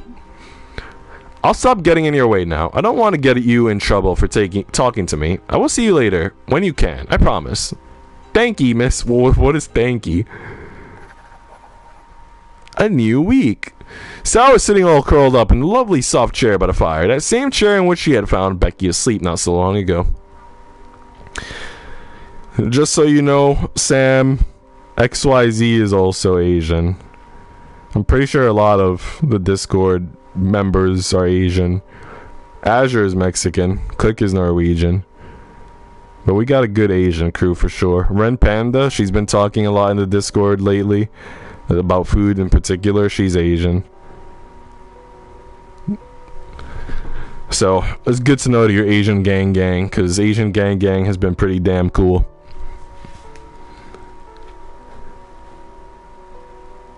Please, call her XYZ's kitten. I dare you. Why? So against it. That's better. Who's XYZ? XYZ was here earlier. He's the one that's working at McDonald's. Lightblade XYZ. He's also one of the head honchos in the Discord with the light blue names. And he streams on Twitch, and I'm one of his mods. He's one of the 13 people that I mod for. Even though I don't think he's streamed a lot lately, for a long time maybe. And if he has streamed, I just haven't caught them. But he used to stream like Yakuza games and other games as well. He's Azure's boyfriend. Yeah, low-key Azure's prom date. Her stockinged feet were folded up beneath her elbows on the chair arm, and her chin in her hands. If I were a princess, a real princess, I could go among the populace in a grand coach and scatter largesse. Everyone who's tired and poor and hungry, I can make their lives better. That's what a princess ought to do. Even if I am only a pretend princess, I can still invent little things to do for people. She thought back to Becky's amazed delight at being warmed and fed. It took so little to make a difference for her. She was just as happy as if it had been largesse. What is largesse? Do I have to look up that word? I'm going to look it up. There's a lot of words in this visual novel that I don't know because of cultural differences. Largesse, generosity in bestowing money or gifts. Huh. From now on, I'll pretend that to do things people like is scattering largesse, generosity. Then I can truly be a princess. The thought swelled up inside her, making her head feel quite light. Before she knew it, Sarah was sitting up straight in her chair, her arms at her sides and her feet hanging down, just like a little princess on her throne. Alright, let me interview Sam some more. And if you ever want to like not answer my questions, Sam, like if anything's too personal or something, like feel free to let me know. But out of curiosity, were your parents that adopted you, are they also Asian, or are they a different ethnicity? Because I feel like if they were a different ethnicity, then there's more of a possibility of what Click said, where you might get bullied. But if you're the same ethnicity, I feel like it's a little bit less likely. Like, people are just not gonna care. But like, if you look very different from your parents, then people, you know, they're gonna draw more attention to it, I guess. Like, I know where I worked, in one of the schools where I worked as a teacher, there was like a really wealthy, well-to-do white family, and they adopted a black girl, and very awesome family. All the family members are cool, the kids, the parents, some of the nicest people you've ever met. But I've always wondered, like, as that girl got older, if she would ever get bullied or something. I hope not, but that's just a thought, you know. It's hard enough being a minority in like rich people neighborhoods, not gonna lie. Although that's not true for everybody. I've seen a lot of minorities have a lot of friends be happy in rich people neighborhoods, but I don't know, it's hit or miss. I know some people are like have experienced racism, some haven't, things like that. I've been going to the gym these past 2 months, and it's low-key relaxing. It is relaxing. I used to go to the gym a lot. The only reason I stopped is because I like being at the gym. I like doing the workouts. But then when you look at the time that it costs, it's like, okay, going to the gym for me takes like 45 minutes to get there, 45 minutes to get home. I'm at the gym for like an hour, maybe an hour and a half. And then it ends up being like 3 hours out of my day gone, right? Like, if the gym was like in my house, because some people have an at-home gym, then it's like, okay, I spend an hour and then that's it, I'm good, I can carry on my day. I do have some things in my house, like a pull-up bar. I have a lot of dumbbells and things like that, right? And other little items. So it's kind of like I have an at-home gym, but it's not really like a full at-home gym. Like, I don't have one of those like chairs for crunches, and I don't have a lot of the other machines that I like to use, nor do I have the space for those machines. But, you know, you can still do at-home workouts. I should start going to the gym. I've been getting in worse shape. Uh-oh, that's not good. Yeah, you should probably either like play some more sports or go for some walks or jog. Jogging is great. I was talking to Sushi earlier about walking and how walking is good for like your blood pressure, your weight, your blood sugar, everything in general. But yeah, walking and jogging could be an easy one. Click. I know, like, again, in rich people neighborhoods, you see those rich women jogging all the time. Sometimes the dudes as well, but the women really like jogging. I have a membership for the gym. I go to the gym and it's like 10 minutes away. See, that's fair. If this is 10 minutes away, then it's like not costing you a lot of time. I love walking. Yeah, me too. I was telling everybody earlier that I walk like 6 days a week for about an hour and a half to 2 hours a day. So I spend at least 12 hours a week, if not more, walking. And it's freaking awesome. Alright guys, what do I need? I have like no sympathy points. And I have like no vigor points. So sympathy should be the heart, which it seems like I get a lot of by having tea parties. So we'll have a lot of tea parties. I think vigor is running. So we'll go for walks, I guess.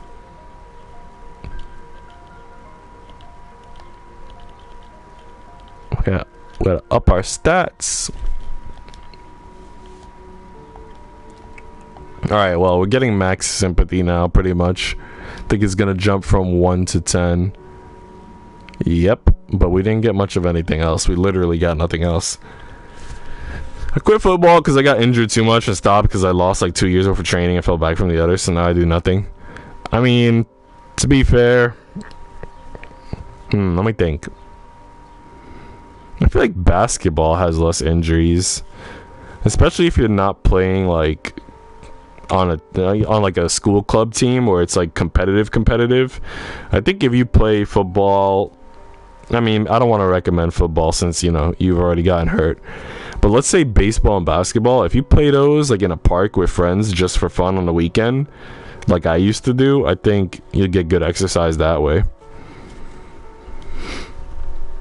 Did I ever tell you my baseball stories from back in the day? I know Sam has never heard them for sure, so let me tell them to Sam at least. So I used to play a lot of baseball in the park, and it's one of my favorite sports, obviously. And I would like have this big net bag, and I would like throw the bats in it. Bag, and then me, my cousin, some of my friends.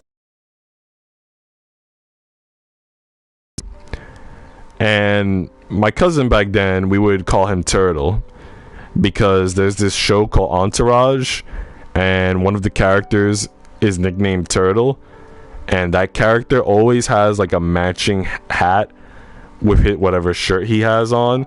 So like if he has like a navy blue shirt, he might have like a navy blue baseball cap to match, shit like that, right? And my cousin used to always match his outfits, so we would call him Turtle. And one day we're at the park playing baseball, and this little dude, he must have been like maybe 2 years old, 3 years old tops, definitely not in school yet. He runs out from a house across the street, comes to the park. We've never met him before, and he looks at my cousin and he goes, "Yo, Turtle, guess what? I've got an iPad." And we're just like, first of all, we never met you before. How do you know the turtle's name is Turtle? And second of all, you didn't even introduce yourself to Turtle. You're treating him like he's your best bro. Like, where did this kid come from? But it was like the funniest thing because it just goes to show you like how like we built a little bit of a reputation in that neighborhood. Because like whatever kids were at the park, we would let them play baseball with us, obviously. And, you know, if they weren't doing too hot, we would like encourage them. We'd be like, "Oh no, bro, it's all good. I got you with this next one. I'm gonna pull the team," or "That was a good attempt." You know what I mean? Like, we wouldn't make them feel bad if they weren't doing too well, because, you know, they're little and they were trying their best, and they weren't doing too bad for little dudes. But yeah, man, baseball days are freaking awesome. I want to start playing volleyball. Yeah, a lot of people have been getting into volleyball. I've never really been into it, not gonna lie. I suck at it, but a lot of people are getting into it. GU, is it wrong for me to ghost my friend of 3 years for 4 months? Wait, you're gonna ghost them for 4 months and then come back? Is that what you're saying? I've been watching analog horror for the past 3 hours. Damn. How's that going? Are you having fun at least? Azure, you willing to tell the story? Yeah, tell us why you want to ghost them too. Like, No, I've ghosted them for 4 months now. Oh. Is it a boy or a girl? And why are you ghosting them? I live in a small town. We don't have a basketball team or a volleyball team. Do you have basketball hoops in the town, though? Like at the park or something? And if you live in a small town, I'm guessing you probably have a lot of property. Or at least enough property where you could buy a basketball hoop and, like, shoot hoops with your siblings at least. So I think even if you just did that, like, shoot hoops with your siblings and maybe your dad, that'd be fucking dope, dude. That's good exercise. Azure, tell us, they're male. Why are you ghosting this male friend? I mean, you know, you gotta do what you gotta do. As long as you don't ghost me again, because I haven't heard from you for like a year, bro. You ghosted me. Feels bad. I don't know. I first said I was taking a break, but then I never came back to them. That's almost what you did to me. Shit. And now you want me to change your nickname after you abandoned me for like half a year? Like, what the fuck? Someone fall in love? We'll give a couple names. I want to watch. Damn. Yeah, Sam wants some names of the horror stuff. No, we dated, but he broke up with me because of religion. Oh. I mean, if you're angry, you have a right to be angry, I think. I don't think it's cool to break up with someone just because of religion. It's not like you fucked up or anything, you know what I mean? I don't know. I think it almost sounds selfish of him in a way to not try harder to make it work. And, you know, I shouldn't judge. Maybe it's not selfish, you know? He's got to live his life his way. Confessed to you and got your hopes up? I don't know. Who confessed? Was it him or you? Mademoiselle, there is a letter for you. A letter from Papa. She took the paper into her hands, not without the faintest twinge of dismay. She was glad. But yeah, he confessed first. See, so then that's a little bit fucked up, it feels like. Because he confessed to you, probably got your hopes up a bit, and then breaks up with you because of religion. I don't know. But you said you're not angry about it, so maybe it is wrong to ghost him. If you're not really angry at him, if you forgive him, and they were your friend for a long time, you may as well keep talking to them. Sometimes when you have a relationship with someone and it doesn't work out, but you're not really angry at each other, like you split up on decent terms and you stay friends, sometimes those are the friendships that last. And those are some of the like worthwhile friendships worth having. So it might be good to reconnect with him.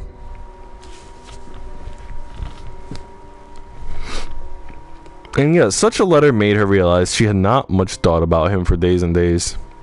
Papa would be glad that I have found so many things to fill my days. I should not feel upset. Banishing guilt, she drew out the letter and began to absorb its contents. My dear little missus. This letter was far more fulfilling than the early missive from Bombay. He told her of many things he had seen and done, and how people that she had met in India were getting on, and it was all quite agreeable. And then, the most exciting news. A friend of mine from my schoolboy days came to visit me here in India, quite unexpectedly, to let me know of a piece of good fortune. He owns a large tract of land, too large to have seen every detail of it himself, but recently has made a remarkable discovery, a deposit of diamonds. He is now engaged in developing the mines to bring out these diamonds, and if all goes as he most confidently expects, he will become possessed of such wealth as makes one dizzy to think of. And because we were fond of each other in our school days, he thought of your old papa and offered me the opportunity to share in this enormous fortune by becoming a partner in his scheme. Diamonds! What is that? Is your father sending you a gift? You are too young to wear diamonds in English fashion. Diamond mines! Sarah's mind was filled with images from the Arabian Nights. Deep caverns beneath the earth. Sparkling stones studded into the walls and ceilings. Dark-eyed dwarves digging them free with heavy picks. Heaps of discarded treasure shimmering with enchantments. It wasn't that. It's just that his personality was just too much for me. Yeah, he was a very outgoing person, but it honestly overwhelmed me. damn, I'm outgoing. I think people have told me I'm outgoing. People have told me I'm charismatic and extroverted. Am I too much for you? Is that why you disappeared for 6 months? Why though, GU? If they become your ex, I wouldn't even bother contacting them. Nah, man. I've had some bonds where like shit didn't go completely into full-blown passion, let's say, right?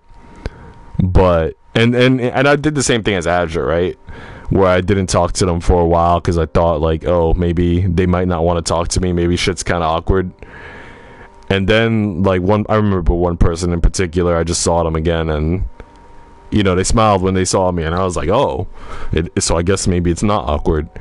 And I spoke to them again, I became friends with them again, and to this day we're still friends, and it's a really fulfilling friendship. So I think it depends, you know, like I think a lot of relationships end in very negative terms, where it's like either the girl is really tired of the guy or the guy is tired of the girl, or both. But if it ends for a reason where it's not necessarily like the person did something wrong, or it's some sort of outside thing like religion, or you know, I don't know, something neutral feeling, right? Then I feel like you still be friends. I remember one YouTuber said, if you like someone enough to date them, then you should like them enough to still be their friend. And when I heard that, that kind of also made sense to me too. Like I kind of felt the same way. It's like, damn, like if you're, because I also know girls who were kind of into me, right? And I didn't know right away that they were into me, and I was like asking them to lunch and things like that. And you know, maybe this is stupid of me for not realizing that it seemed like I was inviting them on a date, but I was inviting them places thinking I was just hanging out with a friend. I wasn't thinking there was a date, you know what I mean? And I've had situations as well where it's like, oh, I wish that person stayed my friend.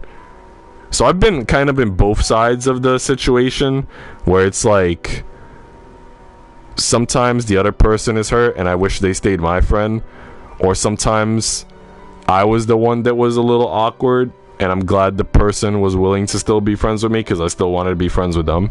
You know, it's been both ways for me. But I think, why can't we just be friends, right? I want to have as many friends as possible, because it's like really fun interacting with all of you, whether it's online friends, real life friends. I don't see why we shouldn't make it a goal to be on good terms with people. I think it's very fulfilling and rewarding to just be on good terms with people. Alright, what have I missed in chat? Wolfmer says they have no confidence to confess. Damn. I mean, to be honest, confessing isn't always the thing that makes the most sense, and in most cases confessing makes the least sense. In most cases, when you like someone, you're flirting, right? And that's the most successful thing you could do, is flirt. And sometimes that flirting could be like playful teasing. Sometimes the flirting isn't even verbal at all. Sometimes it's something as simple as the way you look at each other, you know, like the eyes tell the story, if you've ever heard that phrase. And that's kind of what leads to the relationship. Sometimes it helps after you've done all of that to maybe just be straightforward and confess, but I know me, I'm kind of like I think I do really well at just flirting, at teasing people and shit like that. And I have fun doing it. And sometimes I do it even if I don't have a romantic interest in the person. I'll flirt just for the fuck of it, but whatever. Yeah, me and Ryan broke up, and then we kept talking, then he did an Azure. What? I left for you. I'll go back, but it just feels awkward and wrong for me to have a good friend like him. Well, I'm just a friend like who doesn't care anymore about dumb. That's probably what they think, but I do. I don't know. So you're saying you think that, oh god, this is gonna sound complicated. You think that they think that you don't care about them, but you actually do care about them. So if you actually do care about them, then you should just be their friend and let them know that. Like, hey, I know we broke up because of your religious stuff, but I miss talking to you, or I want to hang out again sometime, or I don't know, you know, just say something. Something's better than nothing. I don't remember exactly what it was that I said to that girl when we started being friends again. To be honest, I don't think I said anything special. I think I just started talking to her as if nothing had ever happened, which might also be a good thing that you could do. Like, just talk to him, just be like, I know it's been a while, but how's everything going? You know what I mean? I say just go for it, dude, because you obviously seem to have at least a little bit of regret, at least a little bit of curiosity as to whether or not you can still be friends. And why keep having that regret when you could just go for it and talk? Like, you were friends before for 3 whole years. You clearly enjoyed their company and their friendship. If they're overbearing, then you don't have to talk to them every day.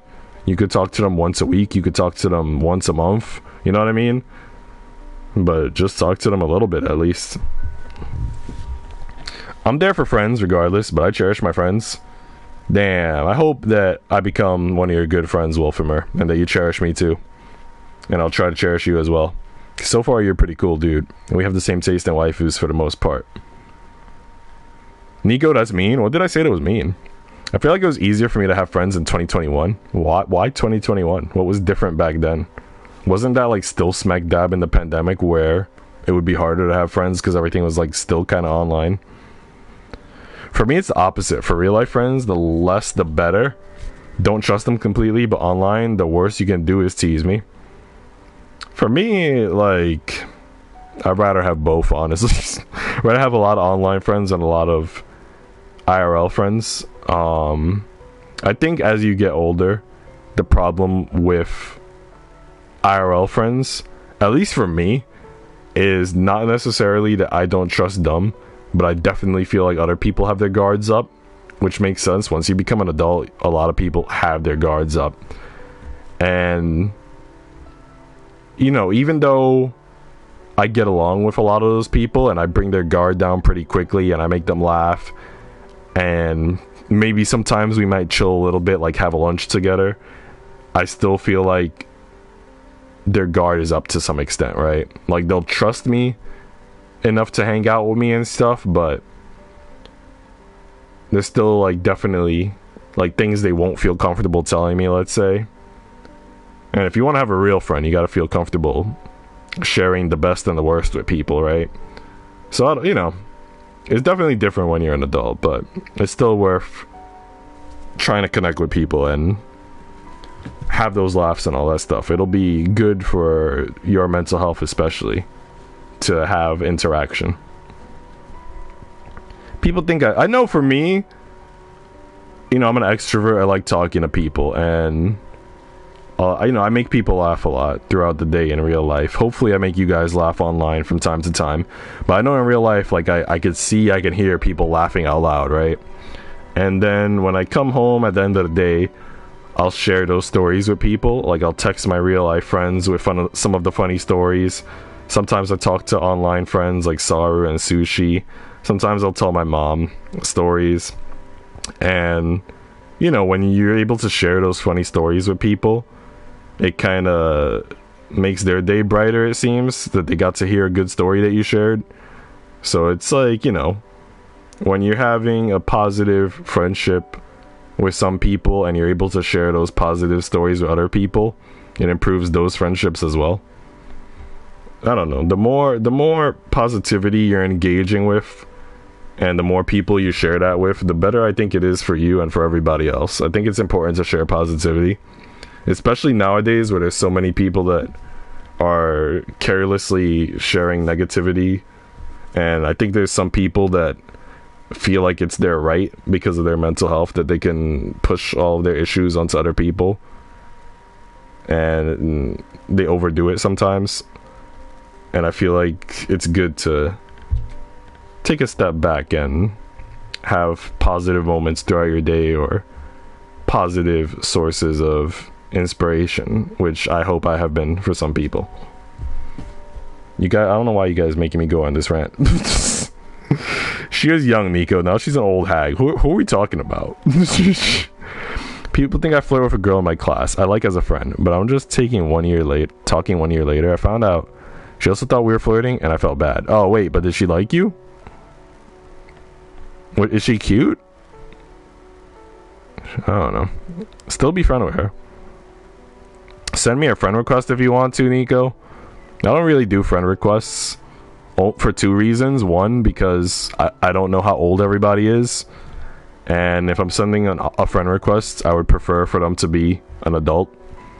That way I'm not having children in my DMs. But the other reason I don't always do friend requests is because there have been some online people that have been extremely toxic in my DMs. And yeah, I prefer to talk to everybody in general chat. So I will talk to you in general chat, Wolfimer. But trust me, I still consider you a pal. Don't let that think less of our bond. I'm 19, lol, but fair enough. I'm glad you're 19 at least. But still, let's just keep talking in general chat for now. She was young, Nico? Wait, but who was young and is now an old hag? Oh, Azure? Are you talking about Azure? Only has 1 IRL friend, the rest are online? Damn.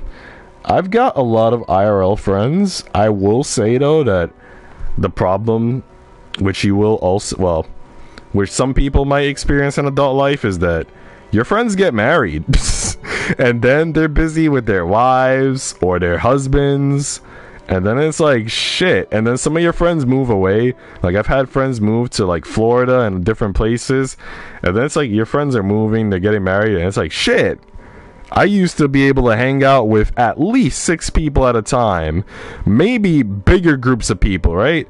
And now if I get 6, I'm lucky. Usually it might be like 4 of us, which is still pretty good, but you know, life happens. Yeah, me and Ryan talking, he trusted me 100%. I'd say he told me a lot of stuff. See, that's a good friendship. 15 days until my flight. Yay, damn. No one's making you do nothing. Yeah, she did like me. Where are you going, Azure? She's going to Mexico. She's got family out there. And I'm still friends with her. You don't want to catch a case? Yeah, I gotta be careful with you, especially Azure, because you a little weird, bro. I'm 19, oh, fair enough. Case? Yeah, because Azure's like 16 and she flirts with everybody, so don't let her slide into your DMs, Sam. Unless you're also 16, then do whatever the fuck you want, but be careful with Azure.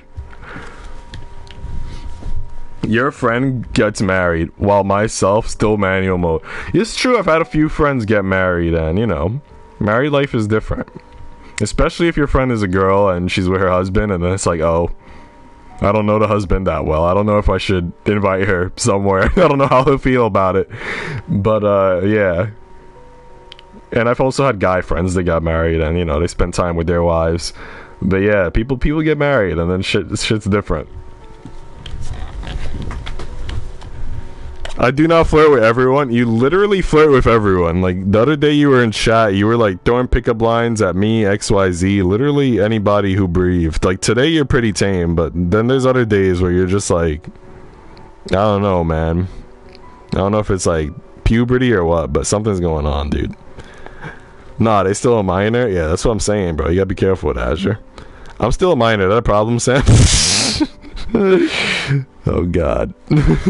Today I'm relaxed. Yeah, well, relaxed is good.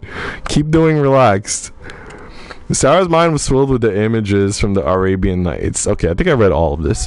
Can such marvelous things really be true? It was all too much to put into words.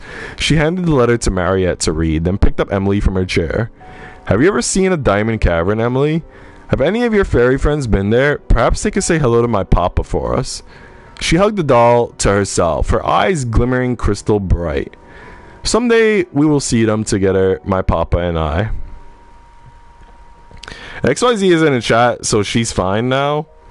Damn, that's true. Do you not like my pickup lines, baby girl? Dang, nobody likes that. What? You're a minor too, GU? No, not me. He's literally 30. I'm not 30. How dare you? This is why you're gonna stay at Cabron. You know what? I was thinking of being nice to you. But since you're lying about my age, you're gonna stay a cabron. G was 17, forever 17. I'm not 17, but okay. I mean, how I literally told you picture Sam about me being a teacher. How can I be a minor if I was a teacher? Alright guys, you gotta do the math here, man. Somebody can't be a teacher and be a minor. That's just facts. Alright guys, I cannot go on a date with Becky because I don't have enough belief. So we're gonna settle for Jessie. When Sarah went looking for Jessie, she found her in her bedroom slowly running a brush through the length of her hair. Sarah, hello! Please come in, if you don't mind that I'm busy. I don't wish to interrupt you. It's fine to have someone to talk to. This takes a while. Bro is ageless. Yeah, sure as it would have ever happened. Gee, it would have happened. That would have been nice to you, but I changed my mind. I'm minor. I don't do meths. I'm glad you don't do crystal meth. Lottie looks cute. Lottie's like 8 years old, bro. Sarah walked into the room and took a seat on Jessie's bed. I have to go through it all a few times before I can prepare for the night. First with my fingers to find any tangles and work them out carefully. Next with the first brush to get it all straight and smooth, and then with the second brush to work through any oil or powder that it needs. And then I have to braid it all up again before I can sleep, so that I don't roll on it in the night. That does sound like a lot of work. It would be much easier for her if she had a lady's maid to help. But I cannot ask Maria to do so much for another girl as well as looking after me. Lavi won't come and sit with me while I'm brushing it out because she says it's too boring for words.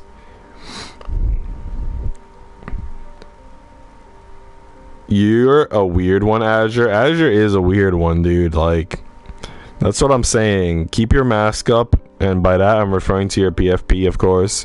And keep your showering gun on. Ruin your sleep schedule? I could tell, dude. She's my best friend and I love her dearly, but she can be so exasperating. She has no appreciation for how much easier things are for her. She doesn't have to be married off just so her family can receive a bride price. There are bride prices in England? What's a bride price? Oh no, not normally, but she turned away, letting the fall of her hair veil her face from Sarah's eyes.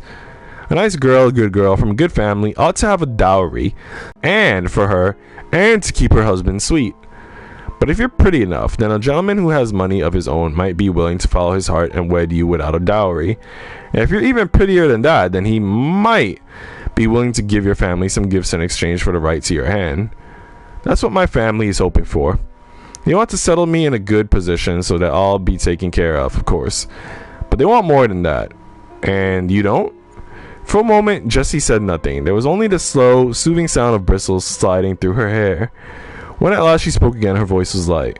Imagine it, the tragic, impoverished heroine, torn between the suit of a man who is rich but cold, and her secret affair with her true love. The novelists love a story like that.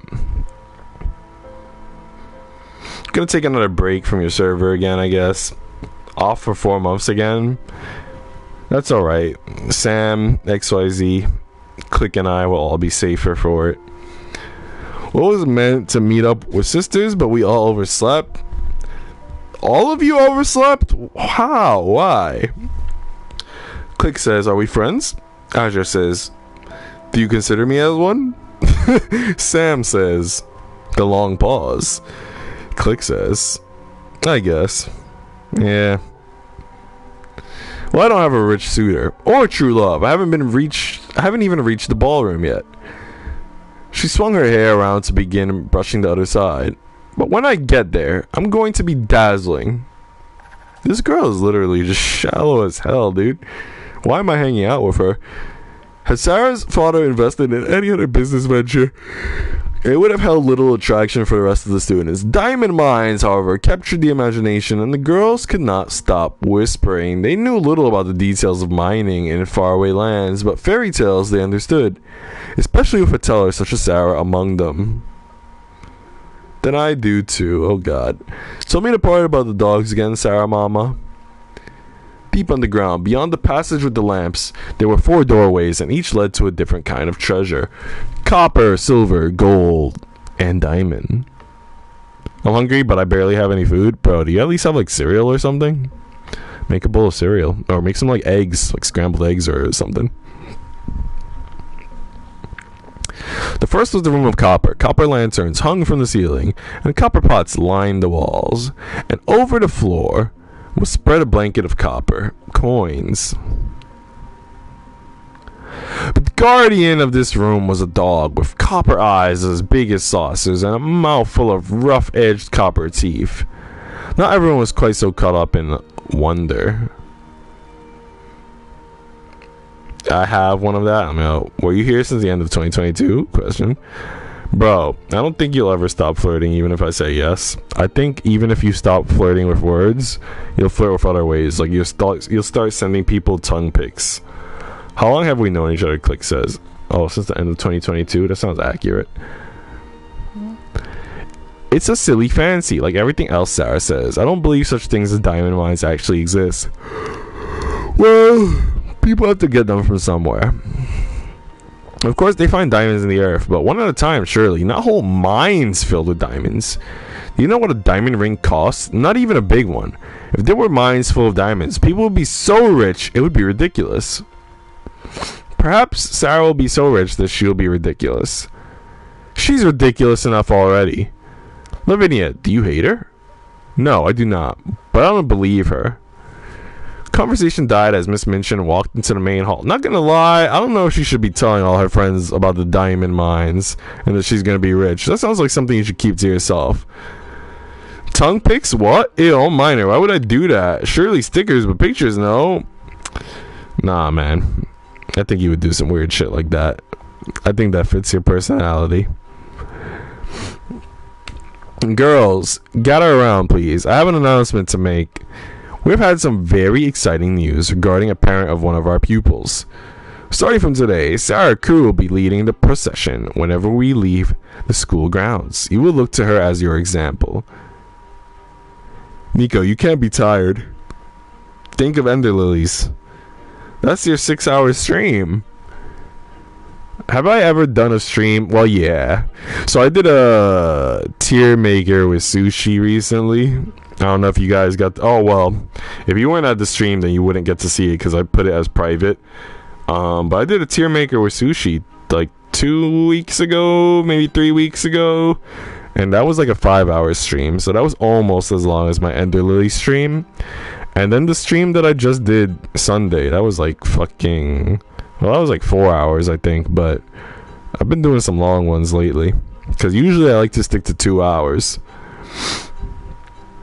No, Asher, that's the best of you. We need to put a leash on this one. Excuse you. To be fair, I usually like to do 2-hour streams. But that's because back in the day, chat would die down after 2 hours. If chat is like very active, I'll stream longer, usually. I think you went 7 hours on Ender Lilies. I believe it, my G's. Ender Lilies was so freaking good. You know what I might do?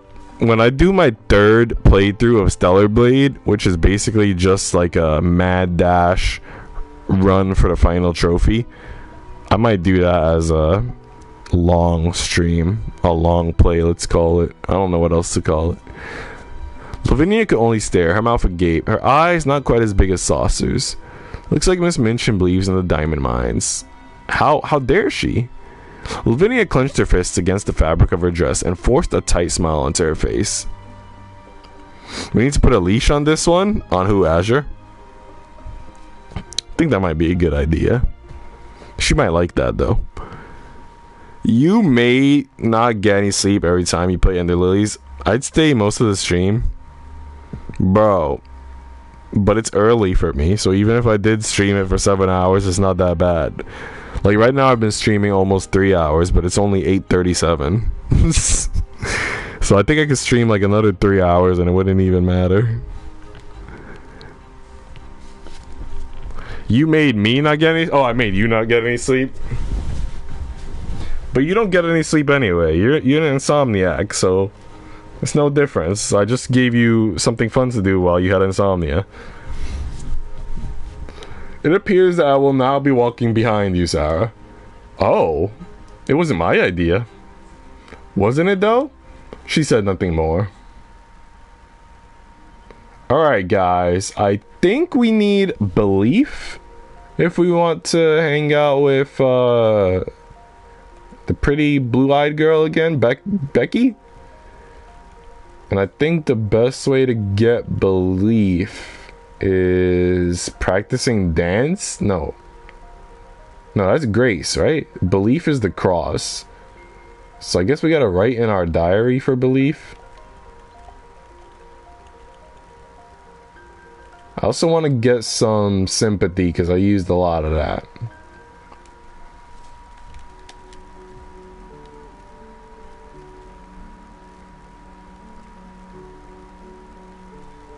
Alright guys, mission accomplished. We got a lot of sympathy, a crap ton of belief, and a couple of other things as well. Sympathy is 0. Yeah, it's because every time you have a date, it costs some of your stats, so your stats go down again. And then you have to make them go up again. Your sleep routine actually got better, and I'm ruining it again? Damn. I mean, you know, it's a small price to pay for something you love. If it makes you feel better, Sunday's stream is going to be at 1 o'clock my time, which is, like, imagine this time, but minus 8 hours.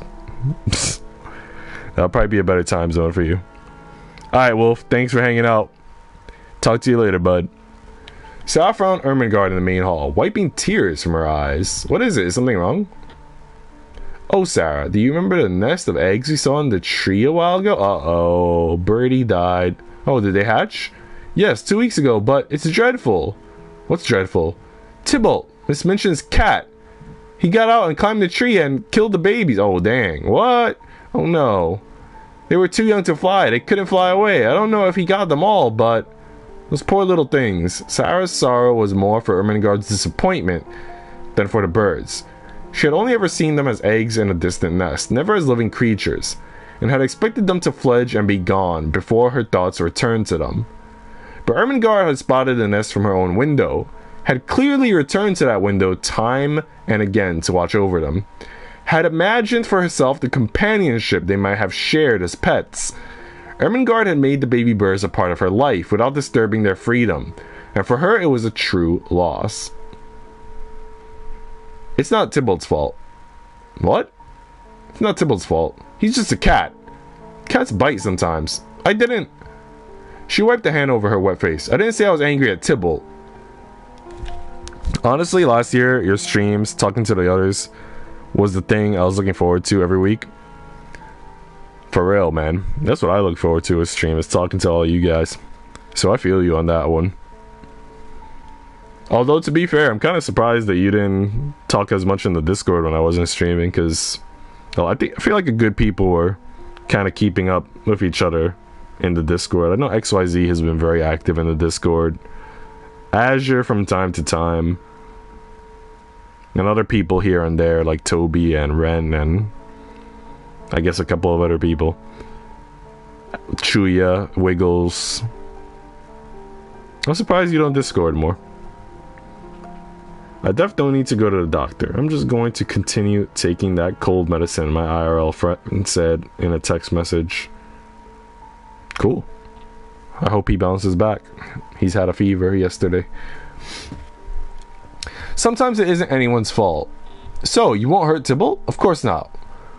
Why would you think that I... Because I heard Cook say that if Tybalt got into the kitchen and ate her chicken again, she'd have him drowned.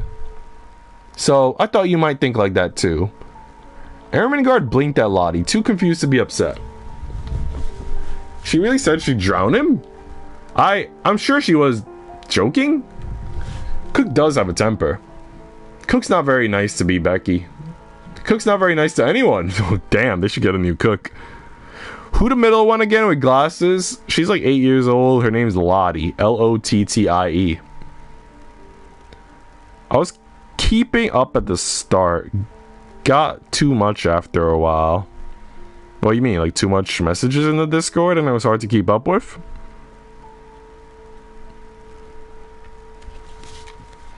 Sarah didn't think it was right to condemn a woman she barely knew, even if everything she'd heard from Becky and Marriott was less than flattering. That's what Saru says. Saru says that my Discord is like hella active. Well, maybe not hella active, but pretty active. And there's some times where I wish it was more active, honestly. Too many channels? It does have a lot of channels, which if you're on a phone, I guess it could be hard to scroll. I only look at Discord on a PC. I never look at it on mobile. But yeah, you could always mute channels. And there's only a few channels that are active. It's usually like the general chat, the waifu chat, and the foodie chat. I feel like those are definitely the 3 most active. And then sometimes like share your art. Very rarely the sports one. I know me and Mr. were talking in sports not too long ago. I don't know, man. Oh yeah, anime and manga. We've been using that lately. Me and XYZ. Yeah, you're right. We use a lot of channels. We having a good time, man. What do you want us to say? She's probably nice to Miss Minchin. Miss Minchin loves that cat, though. She'd be very angry if anything happened to him. There, you see, Lottie? Cook wouldn't hurt Tybalt. No one's going to hurt him. Sarah hugged Ermengarde close. I'm sorry about your birds. Why don't you both come up to my room for a while? And Sarah led her friends away, prepared to pamper them and distract them from their worries like the perfect hostess. Not gonna lie, I want to go to Sarah's room for some cake, my G. Back, I was making my dinner. I thought you already had dinner. I thought you said you were getting rice and fish. I remember that I might not talk, but I do check in every once in a while. Welcome back, Azure. What you make? I'm glad you check in. It's good to know that, you know, you're curious how the homies are doing. Becky leaned back in the soft, comfortable chair and listened as Sarah spun a story for her. And I do know that you check in because, like, sometimes, not all the time, but sometimes when we say your name, you pop up. So I know you're spying. Azure says, yeah, well, I'm about to eat. I made organic rice and fish. This tale involved a king who had 2 daughters, but no sons, and who was under a terrible curse that only a hero who traveled the witch's road could lift. Each daughter swore to do her best to save her father, and thus they each outfitted themselves and went on their separate journeys. This almost sounds like Brothers. If you guys have played that game, it's like a 4-hour, maybe 5-hour game. Except in Brothers, they work together. They don't go their separate ways. I think I heard they were making like a remake of Brothers for PS5 that might have like a different ending. I'm not sure. I know I played Brothers like maybe 3 times because it's short. I was doing some trophy hunting without a guide.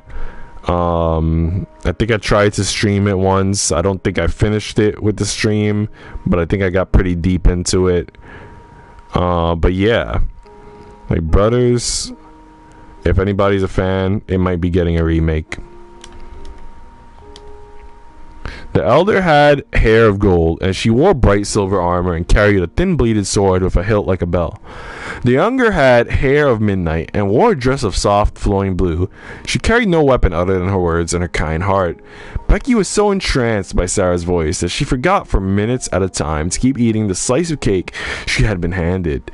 The elder princess chose the fiercest horse in the royal stables and galloped along the witch's road at great speed until she came to a metal bridge over the river. When the horse's hooves pounded onto the metal, they made such a clang that the horse was startled and the eldest daughter was flung from her saddle.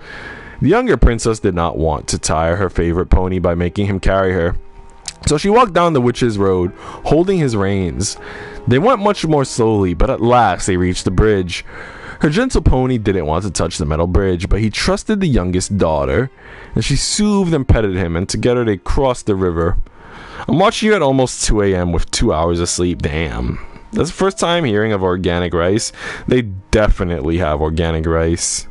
And I definitely recommend going for organic. Because rice, man, rice is pretty fucked up, dude. It's got the arsenic. And then if it's not organic, it's got pesticides.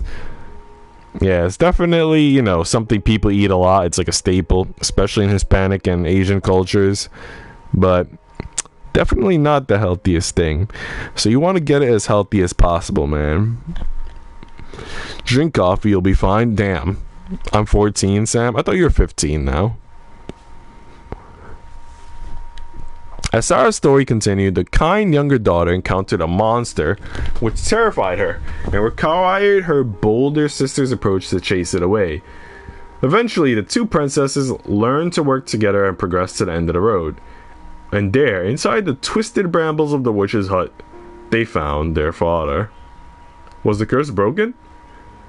I was cursed, he said, because I had no sons to rule after me. I built this road myself as a test. But now the two of you have learned your strength, and I know that you can rule together. Oh. Becky folded her hands under her chin and let out a fond sigh. Could two princesses really rule a kingdom, miss? I don't see why not. Our queen was a princess once. Guess it's so. All of a sudden, she sat bolt upright in the chair. Blimey the time. Sorry, miss. It's alright, I suppose you ought to go. Becky looked dolefully at the thick slice of cake, still half uneaten, that sat before her. Can I take it with me, miss? I've got my pocket here, you see? Tied beneath Becky's apron was a stained old cloth pouch, the surviving half of a discarded pair of pockets from some lady's wardrobe. No, I told you I turned 15 soon. I've been drinking coffee since I was 10. I used to drink coffee because my grandma would make coffee every day at 3 o'clock for my grandpa. It was like literally, you know, their routine, part of their afternoon routine. So I would drink some of my grandma's coffee, which was a Hispanic coffee, Cafe Bustelo. It was pretty good, but I never really got into coffee. I don't drink it anymore at all, ever. I do like hot chocolate, though. That would be my go-to. Fun fact for Sam, because I think this will surprise you as well. They have organic hot cocoa. Literally anything is organic. You could even get organic meats, if I'm not mistaken. It's not just fruits and vegetables. You could get organic cereals, organic granola, pretty organic milk, like organic soy milk, for example. You could get pretty much anything organic. And whenever you can, you should. It's healthier, why not? I know people say it's more expensive, but to be honest, I feel like the organic stuff, at least for me, often feels either cheaper in some cases, or it feels like the same price. It doesn't really feel more expensive. But I guess it also depends on where you shop. But it's a good investment. Organic feels like a vegan thing. That's because a lot of people think of fruits and vegetables, but it's not just fruits and vegetables. To be honest, it's just healthy though. It's a non-pesticide thing. It's a don't give yourself cancer thing. I play poker. Vodka should be fine. You know what? I'm gonna send you a song. I'm gonna send it to you on Discord right now while you're awake. And anybody else who's on Discord, they can check out what I'm sending to click.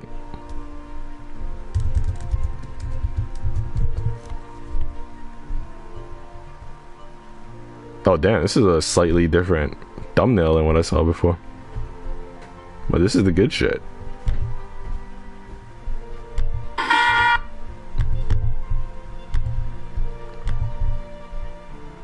Alright, let me go to the music channel. Let me ping this to click. You have to play this song when you first try your vodka, alright? And then let me know how that experience goes.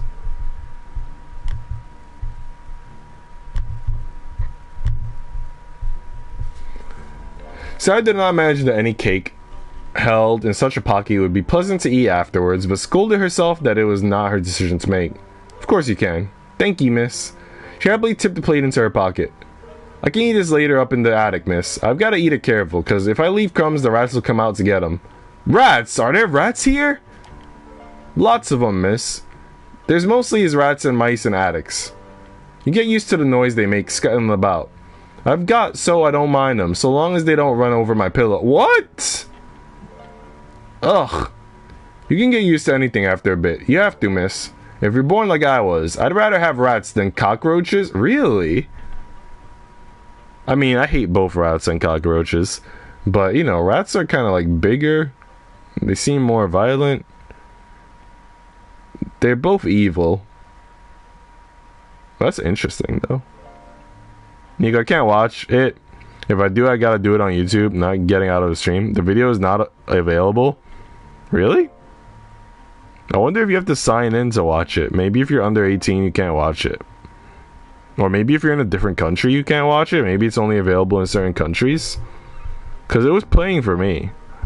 And I'm signed in my account, which is over 18, obviously, and I'm in America. So I don't know if any of those things help. If you have a VPN and you set it to America, that might help. And if you're over 18 and you log into YouTube, that might help as well. Same for me? Damn. Feels bad. Alright, you know what I'll do? I'll play it and you'll have to hear it coming off of my computer and into the microphone. Ready?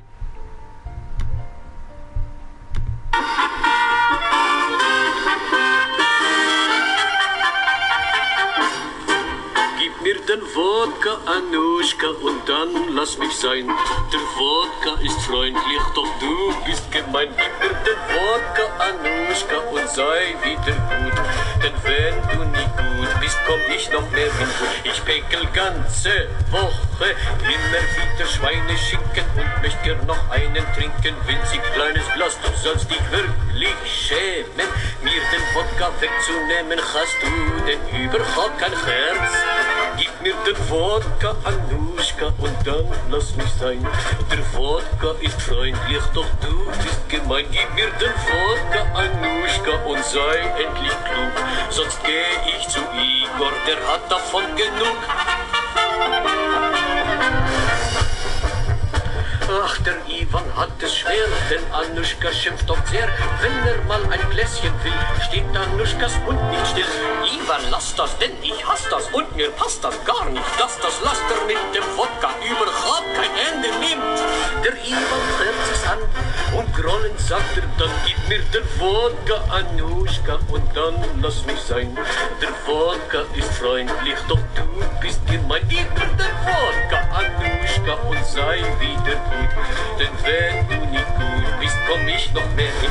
Ich päckel ganze Woche immer wieder Schweineschinken und möchte gern noch einen trinken. Winzig kleines Glas, du sollst dich wirklich schämen, mir den Wodka wegzunehmen. Hast du denn überhaupt kein Herz? Gib mir den Wodka, Anuschka, und dann lass mich sein.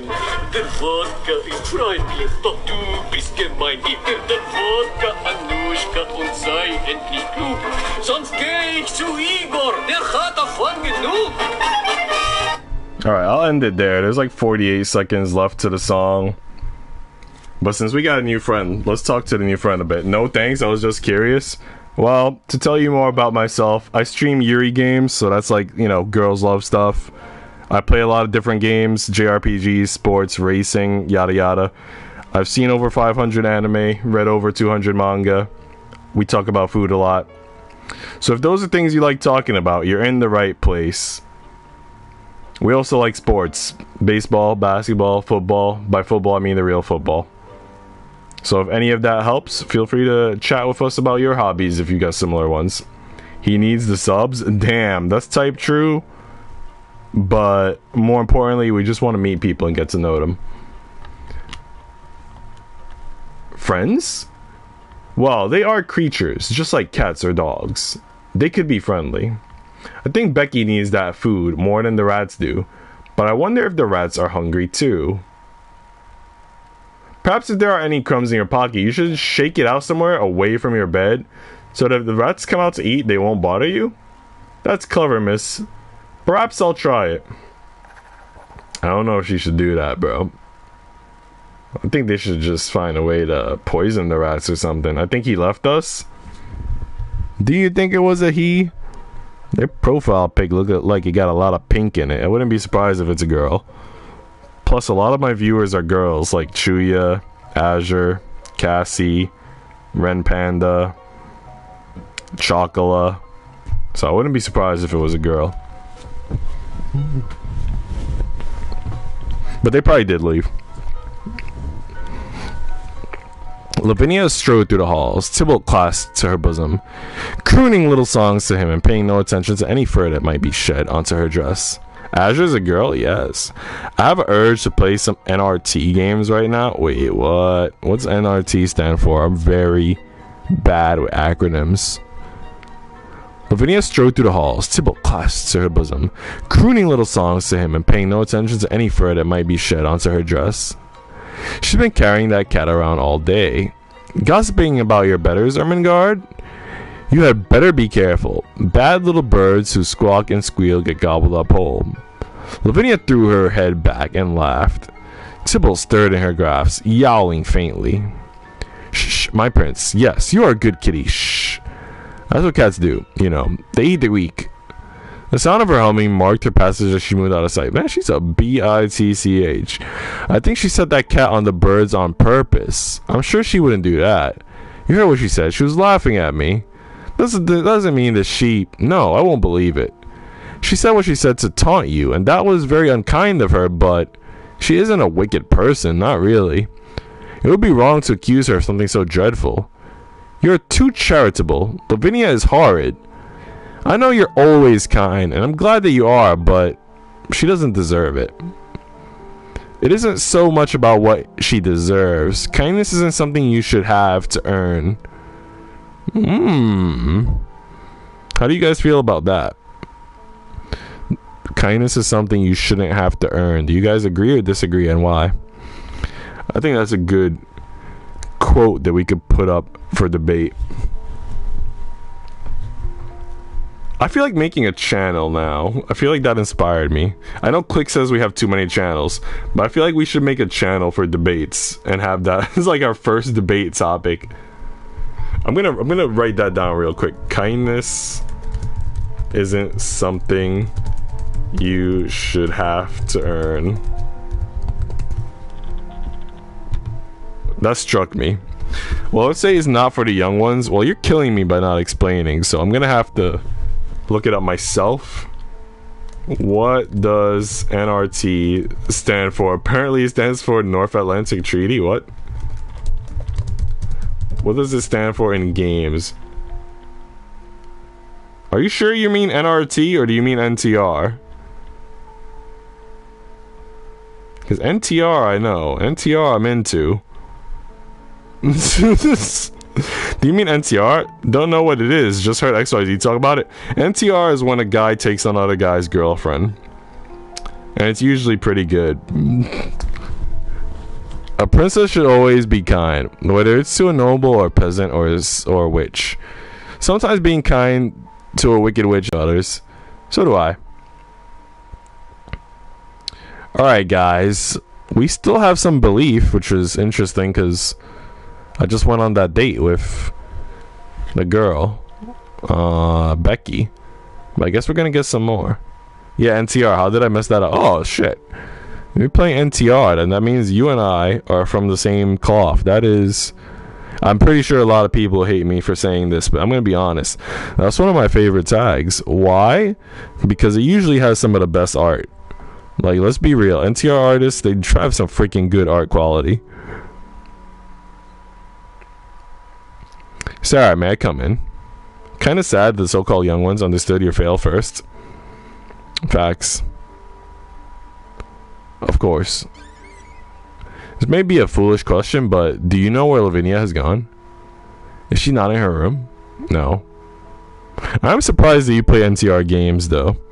Because I like, you know, I read the dojins, but I didn't know there were games. I'm guessing they're not on Steam. And wherever you're getting them from, I probably wouldn't trust the website personally. But you got some commitment. I respect that. I will admit, one time I did try to look up one game, but yeah, again, the site that it was on, I didn't trust the website. So, because the website had like the translation, and like the legit websites didn't have a translation. XYZ corrupted my innocence. That's facts. I mean, I probably would have done the same. I'm not a good role model when it comes to those things. I'm a good role model in other ways, but when you start getting into my kinks, I'm a terrible role model.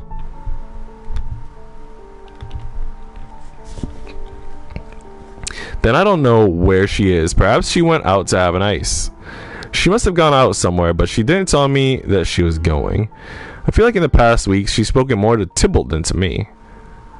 She's obsessed with that cat. She's even taking it into her room to sleep with. I'm supposed to be her best friend, and she looked down, hugging her arms around herself. Alright guys, I'm gonna pause here for a second because I need to use the restroom like a big boy because it's been like 3 hours and I gotta drink some water too. So I'll be right back.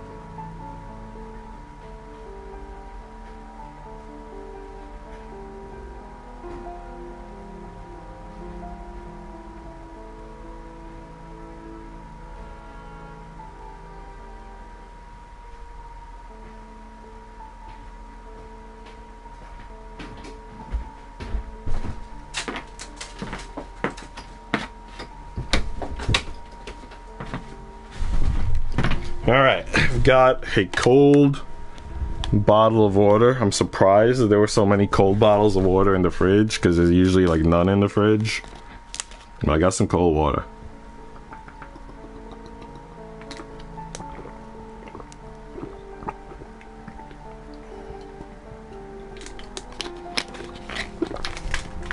So good. Norway in general is like that. For some reason, I expected to know what stuff like that is, or you're not cool even if you're only in 7th grade. Your school is a weird place. Your school has always been a weird place. What's going on, Lord? Then I should visit Norway then. Lord, don't forget to leave a like on the stream, bro. Give me that thumbs up in the 2 minutes that you're gonna be here for. Now, the only people grow up, but the young people just try to be cool by watching adult sites and stuff. I don't see why watching adult sites is cool. Like, for me, when I found adult sites, I just found it naturally, right? Because it was like, I didn't stumble upon it to be cool. And when I did find it, I didn't talk to anybody about it. It's not like, oh man, guess what video I saw last night on this site? Like, nobody fucking cares. I don't think me and my friends have ever talked about anything we've seen on adult sites. That's shit that we always keep to ourselves. Like, we'll talk about girls we like, oh, I saw this hot girl on Instagram or something, or oh, this girl in class is hot, or we'll be like, we're walking around and we'll point to a girl we see on the street, you know what I mean? But we don't talk about what we watch on porn. That's just weird. I don't know, man. 7th graders in Norway, they fucking up, bro. They're a whole new level of horny. 2 minutes is crazy. I'm always here, bro. You're here for 2 minutes, don't lie. The only time you stay longer is when Azure is here. Azure is here, by the way, but she's eating dinner. So you might want to stay so you can talk to your best friend. Sometimes when you're feeling sad, it's easier to talk to someone who can't talk back. Someone who will just listen. She looked over at the doll displayed in pride of place. Emily is a very good listener. You think Lavinia has trouble she isn't telling me about? I don't know. You know her better than I do. I would turn myself into a cat if I could, if that would make her happy. You know what sucks about this game? This is a good game. But the one thing that sucks about it is that I think I've been playing at least maybe more than 5 hours worth of the game, and I haven't gotten a single trophy yet, which I find odd. And I don't think that the game has chapters, because if it had chapters, it would give you a trophy like at the end of every chapter. But yeah, I don't think any of the trophies in this game are necessarily easy to get. They do things you do, but add layers to it as well. What do you mean layers? What? This sounds complicated. Azure, I'm leaving now. Bro, don't lie. I know you're gonna lurk and wait for her. Don't, you don't have to lie. I know you're literally gonna be kissing the screen, waiting for her to enter chat. They make it worse. They probably do make it worse, man. I don't know why. Can you give me examples? I don't mind you giving examples if you want to share. I need to know how bad this rabbit hole goes. It doesn't usually go well in stories. When a princess is turned into a cat, that means she's under a curse. Oh, I'm no princess. You could be, if you wanted to. Anyone could be a princess, if they're willing to work hard at it. That's only pretend. I think princesses who live in castles are kind of pretend too.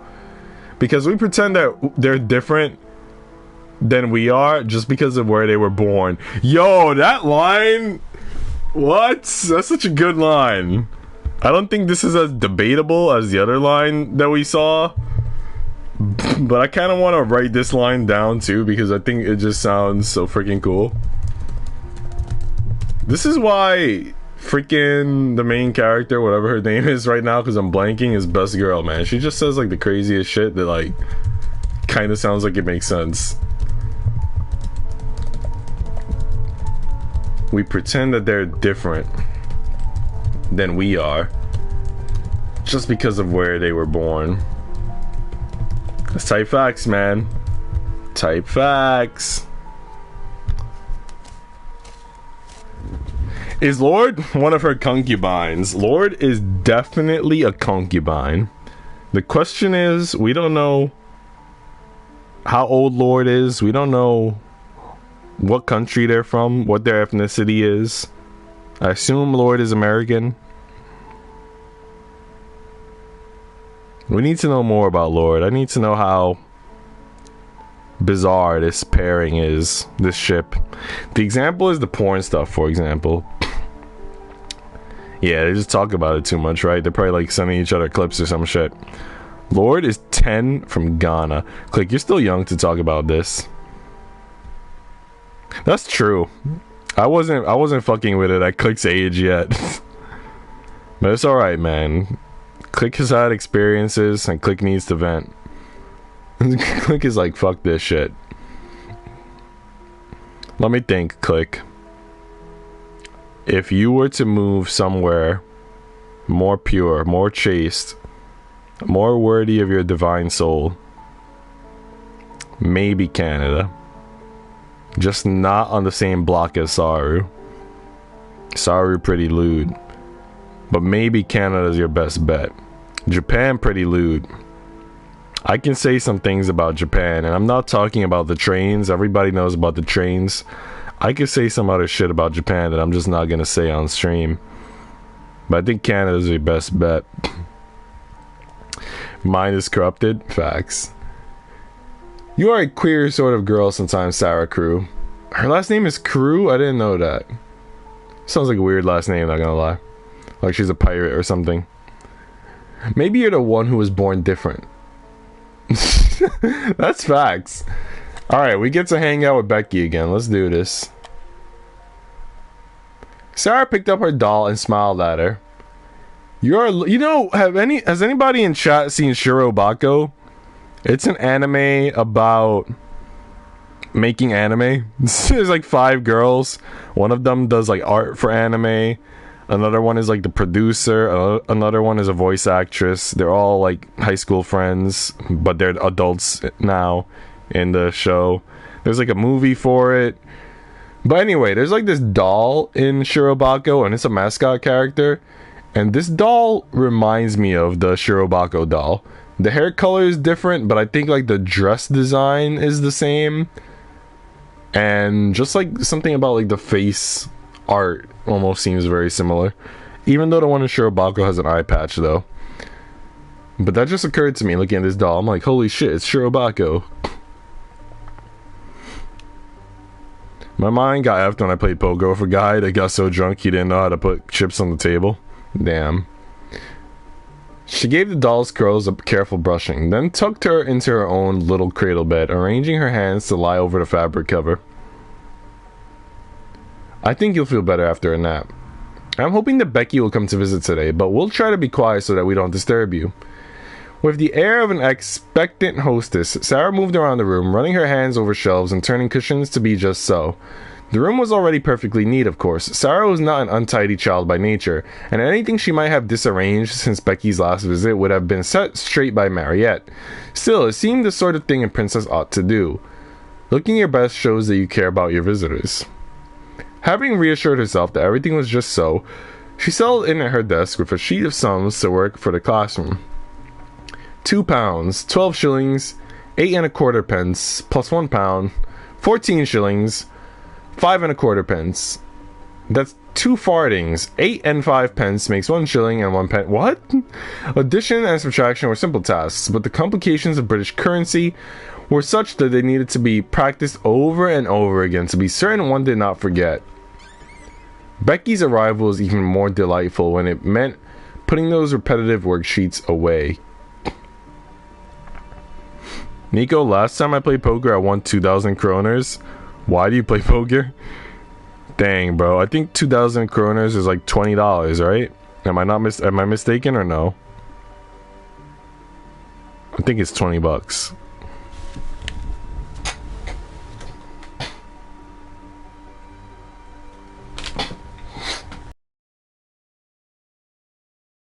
$2K is 200? Dang, really? That's good money then. I have no affiliation with this person. With which person? Click. I just finished eating. Damn, your best friend Lord Trophies was here. You missed it. If he's still here though, I'm sure he'll jump out immediately now that you're in chat. Becky. Come in, please sit down. Why do you have no affiliation with Click? Why are you disowning him just because of poker? She lowered her voice to a conspiratorial whisper. Emily is resting today, so we must be calm and quiet for her sake. That's alright, miss. I'm tired today, too. I made a wonderful discovery to share with you. I was out at the shops looking in windows for things that might fit neatly into your pocket and not fall into crumbs. Look. With a proud smile, she produced a tray of 3 little meat pies, sealed up, tight with glazed crusts. Becky's eyes quite sparkled. Oh, miss, them will be nice and filling. It's fillingness that's best. I so love this girl. She's like, fuck the flavor. I just want to feel full. I love her, bro. This is literally best girl. Even though the main character is also best girl. It's hard to pick. Alright, between these two girls, who would everyone in chat pick as best girl? I hope not. As she says, then my father stole 33% of it because he bought me in. That's kind of fair. That's kind of fair. Lord is my #1 opponent. Wait, so 33% is like 66 bucks, right? Roughly, yeah. Dang. Am I your #1 friend?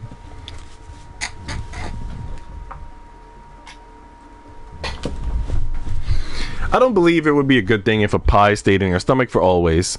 That line of thinking led somewhere indelicate, so she quickly abandoned it. I do hope they will be satisfying. I wish you had told me before about the cake. I could have brought something else before this. Beef sandwiches, perhaps, or rolls and bologna sausage. All that? For me, miss? Of course, why not? I like to share food with you. I like to see you enjoy yourself. None of the girls here ever enjoy Cook's meals half so much. But I might never have guessed you wanted something other than cake. Why didn't you tell me? Oh, please, miss. No one's ever been so kind to me before. Not even me own mum. How could I ask you for more? How could I? Were you afraid that if you asked me for something and I said no, that I would be angry with you? Yes. No, miss. But you've done so many nice things for me. And if still I weren't happy, that'd be right sour of me, you see? You wouldn't want somebody sour. She's so wholesome. She's so wholesome, dude. Oh my god. Not gonna lie, if I met a girl like this in real life that appreciated shit and wasn't selfish, probably instantly marry her. Instantly. I don't have favorites, but you're a likable friend. Bullshit. Has the stream buffered for you guys a lot? Because I think on my end I just saw it buffer. But I don't know if that was just a me problem. Just now, right? You saw it too. So it was only the one time? It has a lot? Really? A lot? So I'm streaming straight from my PlayStation 4. Usually when I stream from like PC or capture cards, I use my Ethernet cable. But since I'm using the PS4, I should use the Ethernet cable. But yeah, I forgot to do that. But yeah, next time I do a PS4 stream, I'll use the Ethernet cable so we won't have that problem. I only saw it happen once. So I'm not sure. Have you seen it happen more than once, Sam? Anyway, let's continue. Let's promise never to keep secrets from each other ever again. She held out her hand to seal the pact. Becky started to reach for it, then hesitated. Never at all, miss? What if there are some secrets that are nice, like surprises? Nope, just now? Yeah, that's the same thing for me, just once. So in some cases it might be everybody else's internet. In some cases it might be my internet. It might be a little bit of both. But I do think my internet has been holding up well enough. Not perfect, but well enough. I didn't think of that. You are very clever. It did it again for you. I have the stream open on my end and it didn't do it again for me. Becky smiled in nervous agreement. Are you watching it on your phone? I only watch it on PC. Becky smiled in nervous agreement. I'll make a better promise then. Let's promise to always trust each other if we need help, alright? Alright. They clasped hands. The Scully maid's palm was rough and calloused, but her fingers curled sweetly around Sarah's. Good. Are you ruling out 3G? Click is like, bro. I ain't got 4G yet. Norway ain't there yet, bro. The sound of angry voices drew Sarah into the hall. You've been touching my things, haven't you? No, miss, I hadn't. Didn't you clean my rooms? Yes, miss. Then you touched my belongings, didn't you? No, please, your pardon, miss, I didn't. Let her be. Sarah found herself feeling quite cross with Lavinia. Lavinia's moods had been mercurial for some time, but to take them out on Becky, who could not defend herself, it was too much. Of course, she's been in your rooms to clean them, and she may have moved something to dust it. That's not doing anything wrong, and you've no reason to scold her. No reason, no reason. If she moves my books so that I cannot find them, and knocks items off my tables, and puts her filthy fingers on my underclothes, the impertinence of it, as if she had any right to handle a young lady's possessions. Please, miss, I'm sorry. But Lavinia's eyes were on Sarah now. Perhaps you're the reason she can't keep her hands to herself. Don't think I haven't noticed. Noticed what? That girl spending extra time in your rooms? What have you been teaching her in there, hidden away? Telling stories again? What would Miss Minchin think of that? I have given Becky extra duties. It wasn't entirely a falsehood, Sarah told herself. She had requested that Becky stay and speak with her, and a request from a student was something like a duty for a servant. If you told Miss Minchin, she would wonder why you were interfering. You already have a personal maid. Is every servant in the school meant to be at your beck and call? There are many things I need done, and it is none of your concern. You think you're very special, don't you? You might have a surprise coming for you yet. Oh, snap.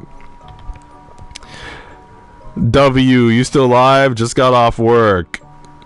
You missed something earlier, XYZ. There was one of the girls I was like, you'd simper. I don't know if it's this girl with the blue eyes, but there was a moment where I was like, damn, XYZ would like this. So this is XYZ. Yeah, that's XYZ, man. You didn't make me a burger? Nah, he didn't make you a burger, bro. Hi, bestie, she says with the weird eyes. Yeah, he said, yep, I'm XYZ. Hi, BFF. Hey, girly pop. What? Bro, click, you didn't order. Plus, McDonald's always busy, no time for you. Slay girl? Oh god, no. Not you too, Clay. You know what happened? So I was in the library, and there was a girl, I think she's like in middle school, like 8th grade. And I don't know what she said to me, but you know, she was trying to be hip the way you youngsters do. And I said to her, Slay Queen. And she was distraught. She was like, oh no, I can't believe you said Slay Queen. I was just trying to be hip to the jive, you know. Lavinia World about passing through the door. Whatever's wrong with Lavinia, it isn't your fault. Alright guys, I need grace, maybe vigor, or patience. I don't know. I'll go for grace and patience. So I think grace is the angels, and we get angels from dance, and then grace I guess would be wait, I said grace, right? Patience would be the clocks, and we get patience. I guess writing in diary is a good way to get patience. Also tutoring. Alright, we'll do a bit of tutoring.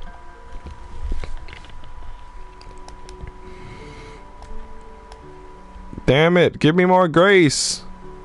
Oh, I got nothing on Wednesday or Thursday. No stats. That sucks. I need more grace. Damn you. The buffer.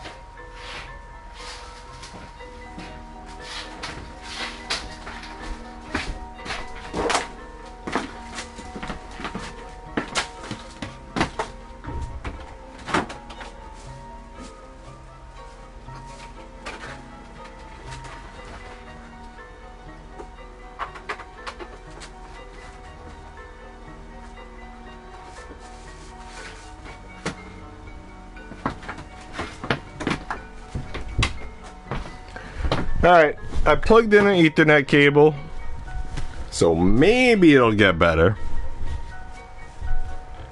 I don't know if my settings on the PS4 have it for Ethernet. I think it does it automatically. I remember Nintendo Switch you would have to set it though.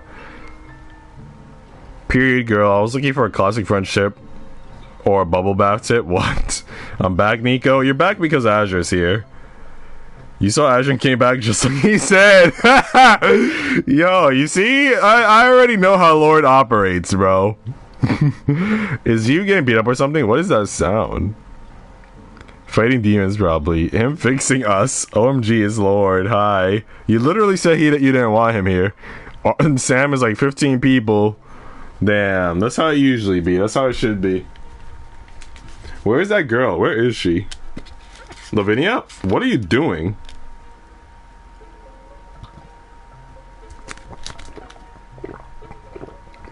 Where's your little pet, Sarah? Look what she's done now. Lavinia held up a pair of shredded stockings. Ruined, completely ruined, and she did it out of spite. Where is that girl? She ought to be whipped. I'll have her. You will not. What did you say? You've been letting Tybalt sleep in your rooms. He got out your stockings, not Becky. That's claw marked. And you can't blame him either, because he's just a cat, and that's what cats do. You stupid fat-faced fool. Girls. Lavinia's enraged tones had attracted extra attention. Lavinia, I am surprised at you, shrieking and carrying on like a fishwife. What a way to behave. You ought to follow Sarah's example. Sarah is always a model student. You can learn a great deal from her. Lavinia's head jerked, as if she had been struck a blow. Yo, she about to kill herself, bro. 15 people and not even 15 likes. Damn, XYZ. Are you gonna help change that? Lavinia's head jerked, as if she had been struck a blow. The ruined stockings drifted forgotten from her numb hands. Yes, Miss Minchin. Damn, she about to get her ass whipped. Alright, so I need to wait until week 23 before I could go on another date with Becky. I don't even know what week we're on. Oh, we're on week 19. That sucks, bro. I don't want to wait. But, you know, we have to. So let's hang out with Ermengarde again. Damn, bro. I didn't even get in stream and already liked. That woman is mean, but I like her. Miss Minchin? Miss Minchin a gangster, bro. You can't F with her. Nico, if I stop talking, I fell asleep. Damn. Alright. You do what you gotta do, my G. When Ermengarde went looking for Sarah, she found her curled up in the window seat reading a book. Now, Sarah had confided in Ermengarde for some time earlier how much she disliked being interrupted when she was deeply absorbed in a fictional world. People who are fond of books know the feeling of irritation which sweeps over them at such a moment. The temptation to be unreasonable and snappish is one not easy to manage.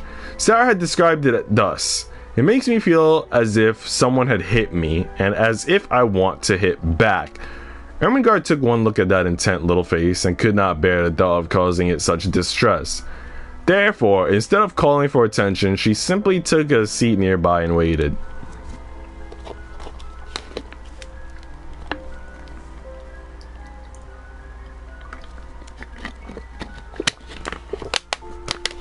Because she had a few friends among the students of Miss Minchin's Select Seminary, Ermengarde was not entirely a stranger to being left alone with her own thoughts. For the most part, she had diligently tried to turn that extra time to revision, thumbing through the pages of her lesson books in the hopes that their wisdom would be imprinted upon her. In recent weeks, however, the distraction of Sarah, her stories, and the time that they spent together kept turning Ermengarde's attempts at studying into something more like daydreams.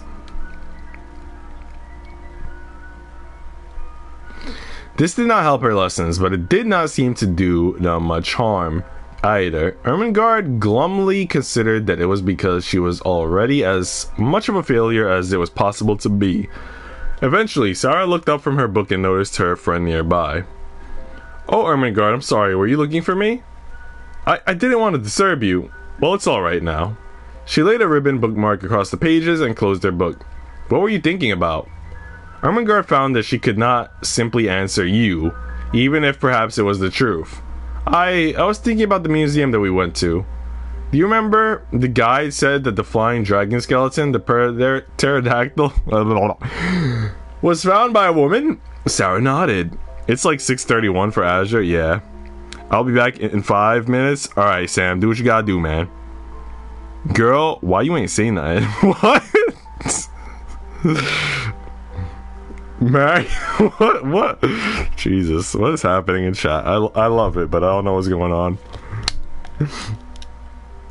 Nah, I forgot her name. You remember the important part? Pterodactyl. She blushed and covered her mouth, ashamed at correcting Sarah and anything, but Sarah only nodded and indicated that she should go on. The woman who found them wasn't even a lady, he said. She never went to a grand school, but she learned all about creatures by walking up and down the beach in Dorset and finding their bones. I thought if we were planning trips around England, that perhaps we should go to the seaside. We could find seashells, even if we don't find any fossils. Yes. And now the book was set aside on the window seat as Sarah's imagination drew to her feet. There are cliffs along the coast in Dorset, aren't there? And where there are cliffs, there might be caves, and where there are caves, there might be dwarves, or trolls, or pirate treasure. Oh, don't. Ermengarde clapped her hands over her ears. You'll get me all confused again between what's real and what isn't. Well, until we've been there, we don't know what's real. There certainly have been real pirates, like Captain Strangeways, or Isaac Gulliver, the king of smugglers. And it is possible that they might have left buried treasure in a cave somewhere. One of Sarah's books had included a story of wars, pirates, and weather-related sailing disasters around the English Channel. She was somewhat glad to have read it after her sea voyage rather than before. We can't know whether we will find a treasure or not until after we have looked for one, and then you will know it and not be confused. You know, I think you don't actually have so much trouble remembering when you have seen or done something yourself. It's only books that you can't remember. Oh no, I forget things all the time. But you remember all sorts of things about flowers and forests and birds and horses. You told me about 2 kinds of celandines and about your aunt's dogs and her flower pressing hobby. You remembered where the fossils came from. You remember things that matter to you. I gotta write that down, that I might want to do, if possible. Flower pressing at the library as a program. Hold on, guys. Let me take some notes here.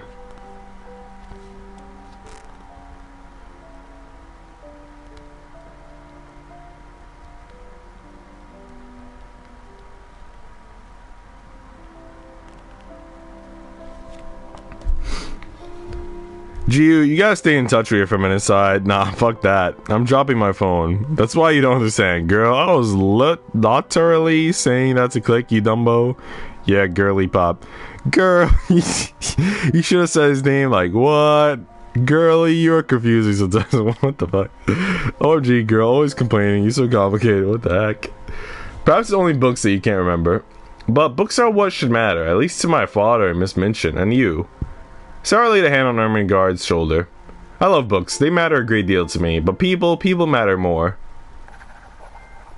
Finally, I got a trophy! I guess we're done with dating Ermengarde. As little Lottie walked past the classroom, which should by any rights be empty at such a time, she heard a most curious sound. The noise was faint enough that most ears might have overlooked it, but even in its quietness, it was a sound which Lottie was intimately familiar. It was the sound of a girl crying. And so it was that Lottie, who had never before been known for her sympathy, padded into the classroom and found seated on the floor with her arms hugging her knees and her ears streaming with tears, Lavinia Herbert. What's the matter? Go away! Lottie herself enjoyed being fussed over far too much to imagine that anyone else might truly mean it when she demanded to be left alone. Lottie came closer and laid her plump little hand on Lavinia's shoulder, petting the older girl as teachers had petted her. There. Don't touch me! She lashed out, arm and elbow striking the smaller child full force and knocking her away. Ah! Caught off balance, Lottie twisted and fell hard upon her knee, skidding slightly on the floor as she landed. Wah! Lavinia's tears had been quiet. Lottie's were anything but. Sarah was at that time in another room entirely, curled up in a window seat and enjoying a recently acquired book. Between one word and another, her concentration was disrupted by the sound of distant howling. For all the stories she had told of heaven, Sarah would be the first to admit that she herself was not an angel. She felt obligated to leave her book and look after her adopted child, but she was not pleased about it. Thus, when she stomped into the classroom and found Lottie on the ground, nursing her reddened knee, and Lavinia standing over her, Sarah herself felt quite snappish and unreasonable. Stop this minute, you crybaby. Stop this minute. I'm not a crybaby. I'm not. You are. You nasty little spoiled thing. I should like to slap you. Sarah! Sarah whirled on Lavinia, who appeared to be the root cause of the disruption of her reading, and whose face was now quite dry. Well, I should like to slap you. Immediately ashamed, she struggled to restrain herself. But I don't want to slap you. No, I do want to slap you. I should like to slap you, but I won't, because we are not little gutter children. We're both old enough to know better. Ah yes, your royal highness, we are princesses, I believe. At least one of us is. It stung. It stung more bitterly than either of them could have expected. For Sarah to hear her beloved fancy mocked in such a tone, she felt the blood rush up into her face and tingle in her ears. But she stopped herself. A princess did not fly into rages. It's true. Sometimes I do pretend I am a princess. I pretend I am a princess so that I can try and behave like one. Dear me, how grand. I hope when you ascend the throne that you won't forget us. I won't.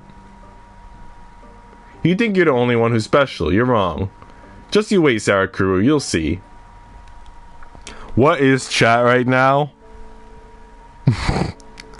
Complicated girly, that is only you. The only thing I'm complicating is your stream, and that is straight up, period. What? Damn. You should try to join Lord Trophies. I want to see how you would fare in this theme that they have going on. Lavinia left the room, her neck stiff, her head high. Sarah, mama? She... Hush, hush, Lottie. It's alright. Never mind. Come and sit in the window seat with me, and I'll whisper a story to you. Will you? Will you tell me about the diamond mines again? Of course.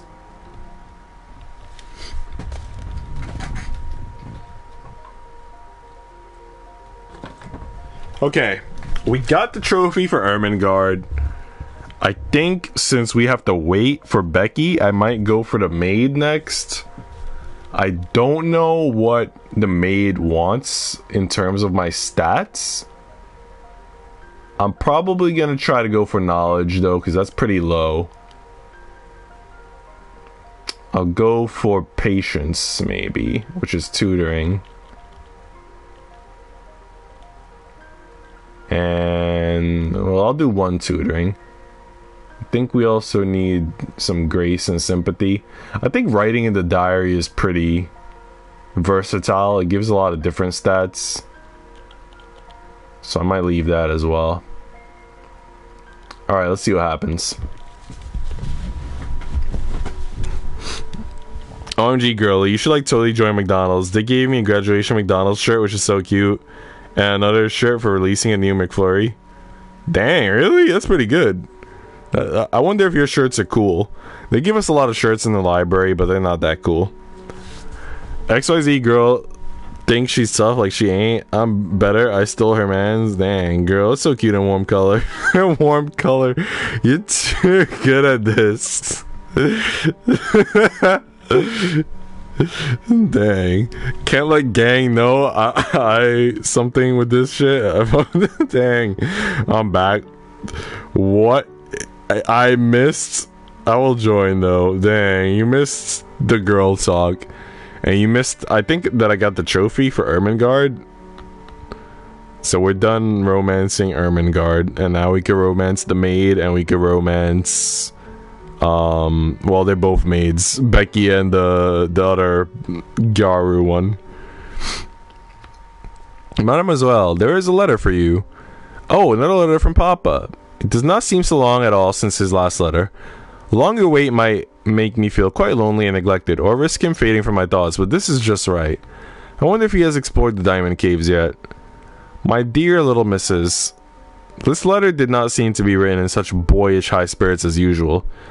He was not very well, and was evidently overweighted by the business connected with the diamond mines. You see, little Sarah, your daddy is not a businessman at all, and figures and documents bother him. He does not really understand them, and all this seems so enormous. It gives me a splitting headache even to consider these matters. Perhaps I am the one who should be away at school again, learning how to manage things. And if I was not feverish, I should not be awake though.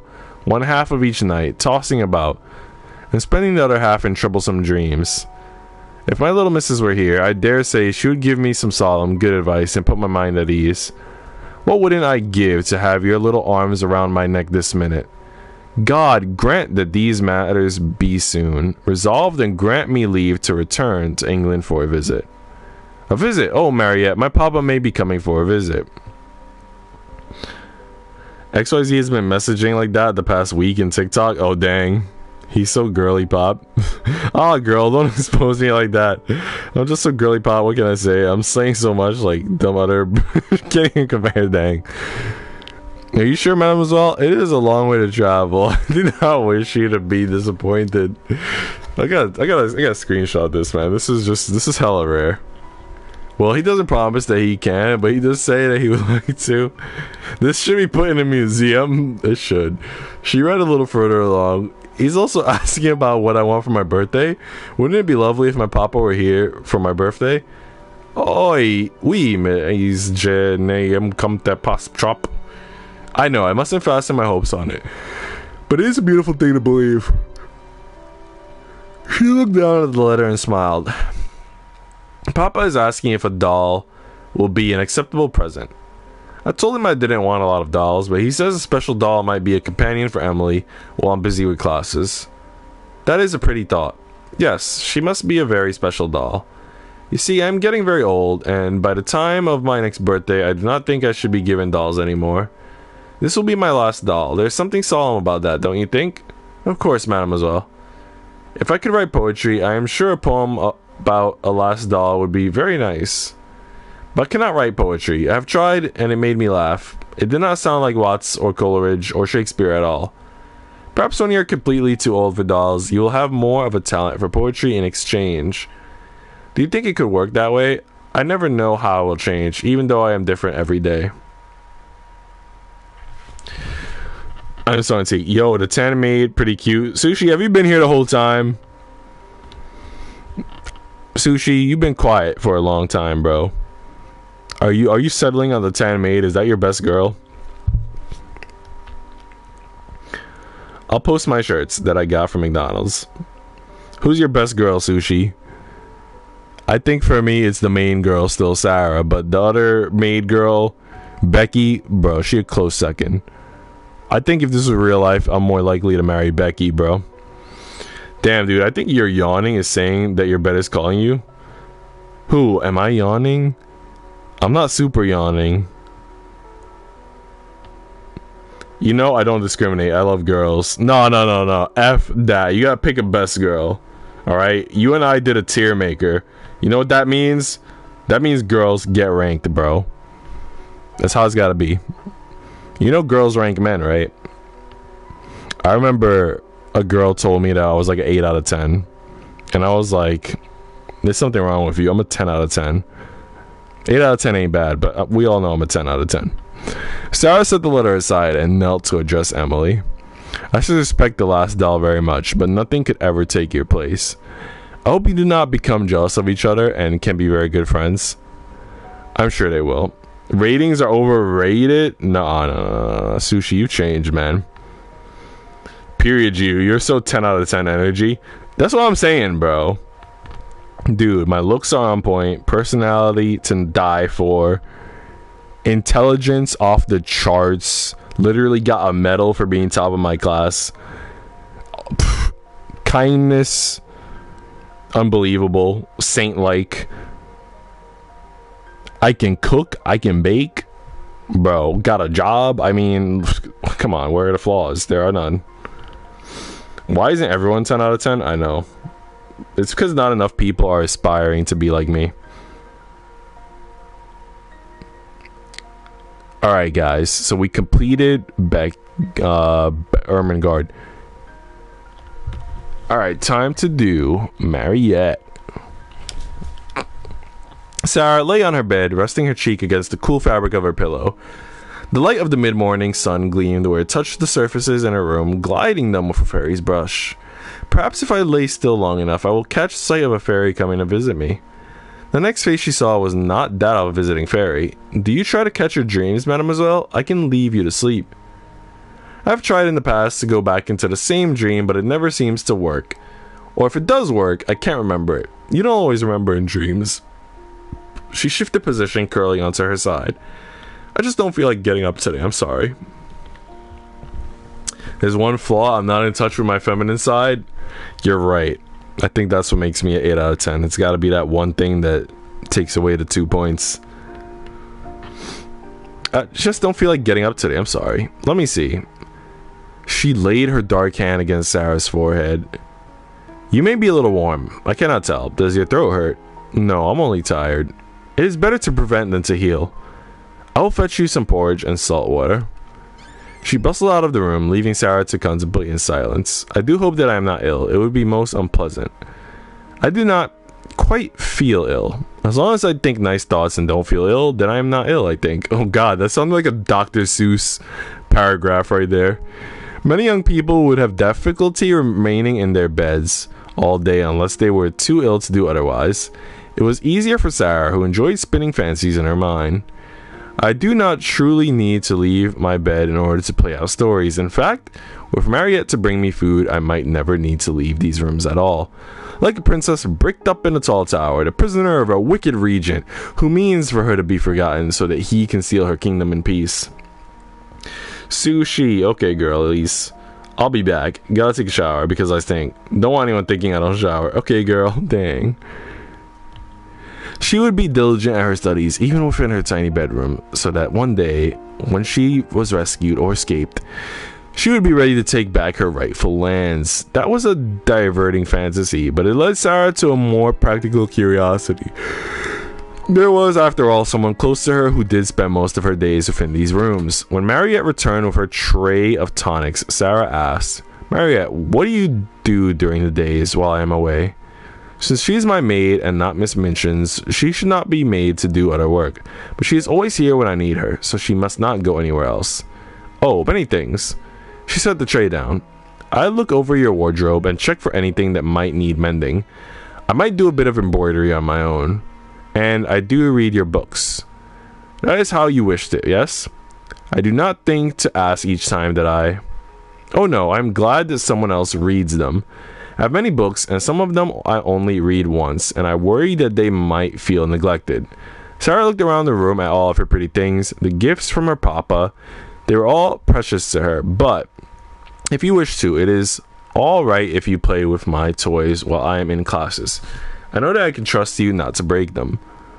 But please make sure to leave Emily a little bit of private time when no one is watching her so that she can sleep and relax.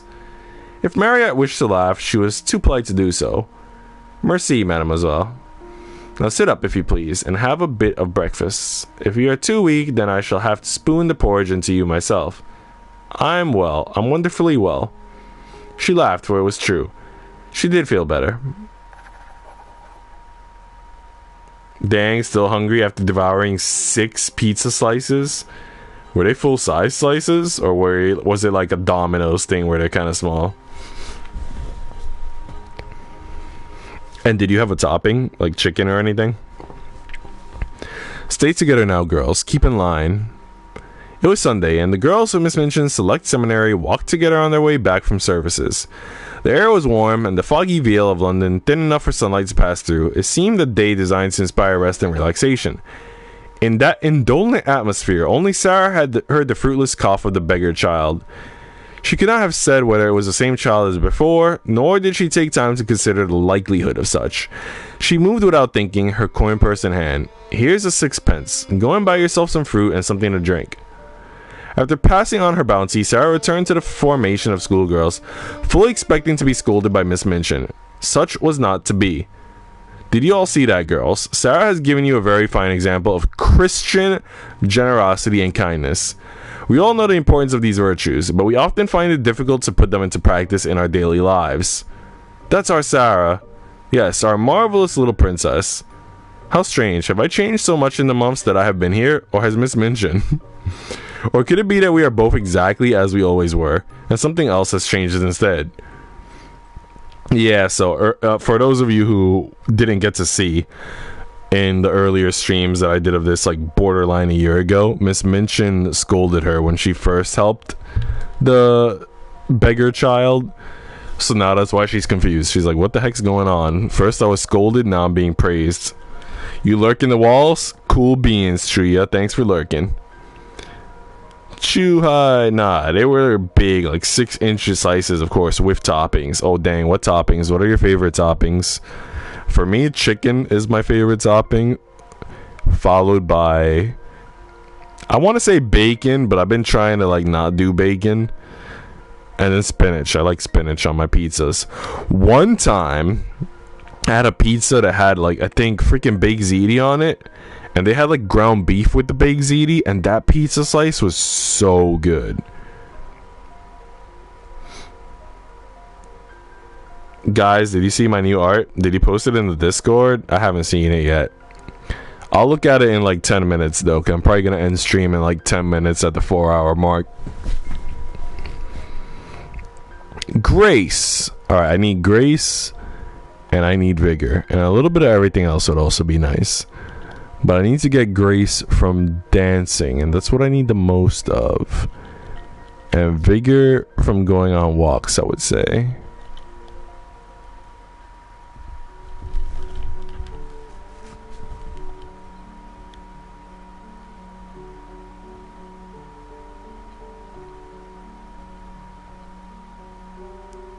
2 artistry, 2 vigor, 2 patience, 8 grace. Alright, we freaking nailed it. We got a little bit of everything, especially what we needed the most.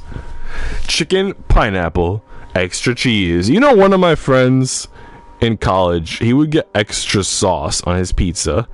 So they would like give him a slice, and then they would just take a freaking giant spoonful and like throw extra sauce on it, and it would just be drenched. And it, to me, it looked soggy, but that's how he liked it. It was interesting, because he's like the only person I know who ever did that. Thank you for having me to tea, Sarah. You know you are always welcome. Yes, but I still appreciate it. I don't think I should stop thanking you when you do nice things just because you've done them before, and I've thanked you before. You're very sweet.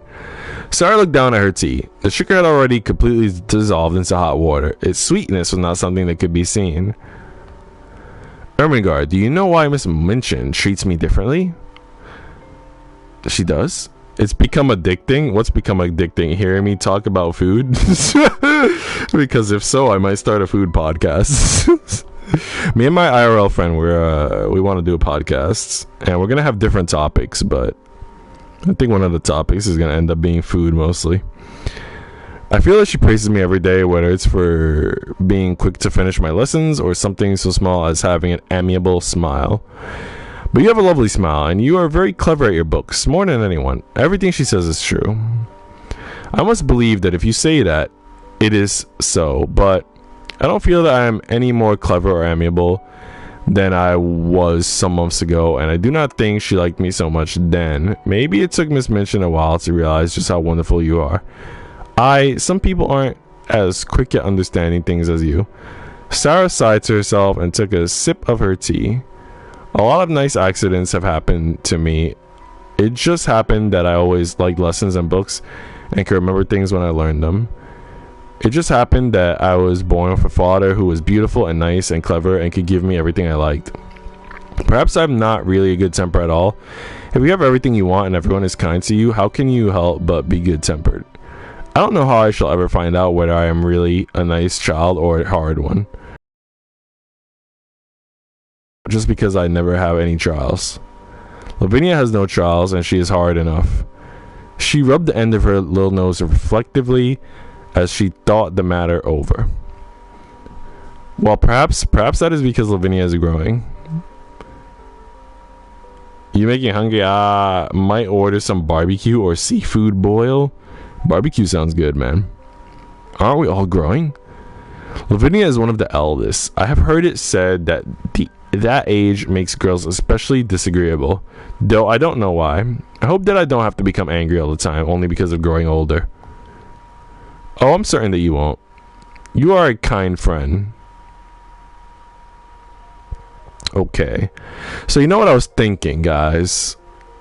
I'm trying to do these maid ones, but technically, since I already invested a lot in Jessie, and she's probably close to You think Click actually fell asleep? The sound of my voice probably helped him fall asleep, so I'm glad that we were able to help.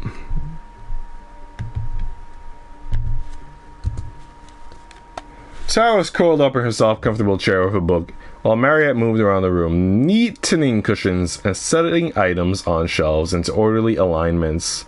Let her sleep. She only has 2 hours. Click is a boy. Click is a him. It was a book detailing life in faraway America and 4 sisters who were growing up into women. Sarah found it well written, but less exciting than the histories and fantasies she preferred. It is unfair for me to judge them too quickly. Perhaps they will have adventures when they are older. I have not had so many adventures myself yet, but I hope that I will someday. As she turned the pages, she became aware of a faint musical sound elsewhere in the room. Mariette was humming to herself. I wonder if she realizes she's doing that. Distracted from her reading, Sarah listened for a while, trying to follow the thread of the tune. Miss Minchin's Select Seminary aimed to create well-rounded young ladies, but Miss Minchin herself did not place so much emphasis on music, and singing masters visited only infrequently. On the streets of London, one might see performers of various sorts, fiddlers, organ grinders, sometimes even singers, although the city noise made it difficult for such to be heard. These street musicians, however, were more commonly found in parts of London, through which a refined young lady passed through quickly and did not linger. Her ear tempted by the possibility of a new source of music, Sarah asked, "What are you humming?" "Ah, pardon the mademoiselle." "No, you don't need to stop. It sounded pretty. I was hoping that you knew the song and could sing it to me. I'm not certain that I can remember all the words, but I will try." In a breathy voice, Mariette began to sing what must have been a children's nonsense song about a beautiful lady who was in fact a beautiful slice of bread living in a palace of butter. That sounds a little weird. "Thanks, Sam. Enjoy the food for me." "Ah, yes. My girlfriend, Click, is such a pretty girl." Dang, bro. The lyrics were, of course, all in French, and one or two words referred to things Sarah was unfamiliar with, like croaking knolls, but she assumed they were another kind of pastry. Perhaps I should have Mariette buy some for us if she can find them in London. There are likely to be more French bakeries here than in India. Mariette's voice trailed off amidst a pile of confections. "Ah, well, you see how it is, yes? I am sorry it is not a proper song. I think it is a darling little song. Where did you learn it?" "Oh, nowhere important. It must be a common song in France. I wonder if it is something that my mother knew when she was a little girl." "You look sad, mademoiselle. Was my singing so terrible?" "No, not at all. It was very sweet of you to sing to me. I was thinking about my mother." "Ah, I am sorry. I did not mean to stir up painful memories. But I don't remember her. Not at all. That is what I was thinking about." This seemed a serious subject, and so Sarah rose from her chair and stood with her hands clasped behind her as if she were giving a recitation. "I never knew my mother, so I cannot miss her. I do not know what having a mother is like. My father picked you for me because you are kind and French, and as she was. So I wondered for a moment if he meant for you to be a kind of mother to me, as I am Mama to Lottie. I could pretend it was so, if it pleased you, or if it pleased my papa, but it does not seem right somehow. You are not my mother. You are Mariette, and that is something all its own." Mariette covered her smile with her hand. "You are filled with thoughts, ma petite princesse. You do not need to worry. I do not wish to be your mother." Sarah nodded quite seriously. "That is good. I would not wish to disappoint her. I'm sure she comes out from heaven sometimes to watch over me. It might make her sad if she thought she had been replaced, especially when I cannot see her or speak with her to explain." "Would you like to see her?" "What? But how?" "Come here." Mariette drew Sarah close in front of her. "Close your eyes." Blind, Sarah followed herself to be guided by Mariette's hands. She was not afraid. She knew Mariette would take care of her. "Now turn and look." Sarah opened her eyes to be faced with the full-length mirror that always stood in her room. "There is your mother, do you see? Your mother, your father, they made you. They're always inside you." Sarah stared at her reflection for a moment and smiled. "Mariette, I believe you're filled with thoughts too." It's pretty wholesome. Pretty true. "Then we are a pair." Alright, guys. I think this is where I'm going to save and end for the week end for the day since we're at a new week in the game. Apparently the last time I played was June 18, 2023. So yeah, it's been a year, guys. It's crazy.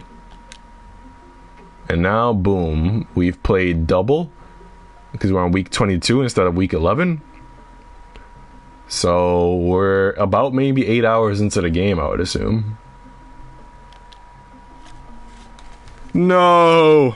Don't worry, dude. We're gonna stream again on Sunday. We're gonna do a little Scriblio stream that you could join in on if you're free. And then if there's time, I might stream on Saturday or Monday because we have to continue Gal Guardians, which we were streaming on Sunday because I was having fun with that and I think we're halfway through it. And then we'll find another time to continue this because I'm also having fun with this and I finally got a trophy, which is pretty cool. But alright, guys, thanks for hanging out today. I will talk to you guys in Discord for a while. It's been real. It's probably Monday, to be honest. It's Memorial Day too. Monday a better day for you? Alright, I might do Monday then. I know Saturday I'm hanging out with a friend, but I figured afterwards I might be able to stream, but Saturday's a friend day anyway. But alright, guys, thanks for hanging out. I hope you guys enjoyed the stream. I enjoyed talking to everybody. Looking forward to next time. Eat well, sleep well. Take care of yourselves, bros.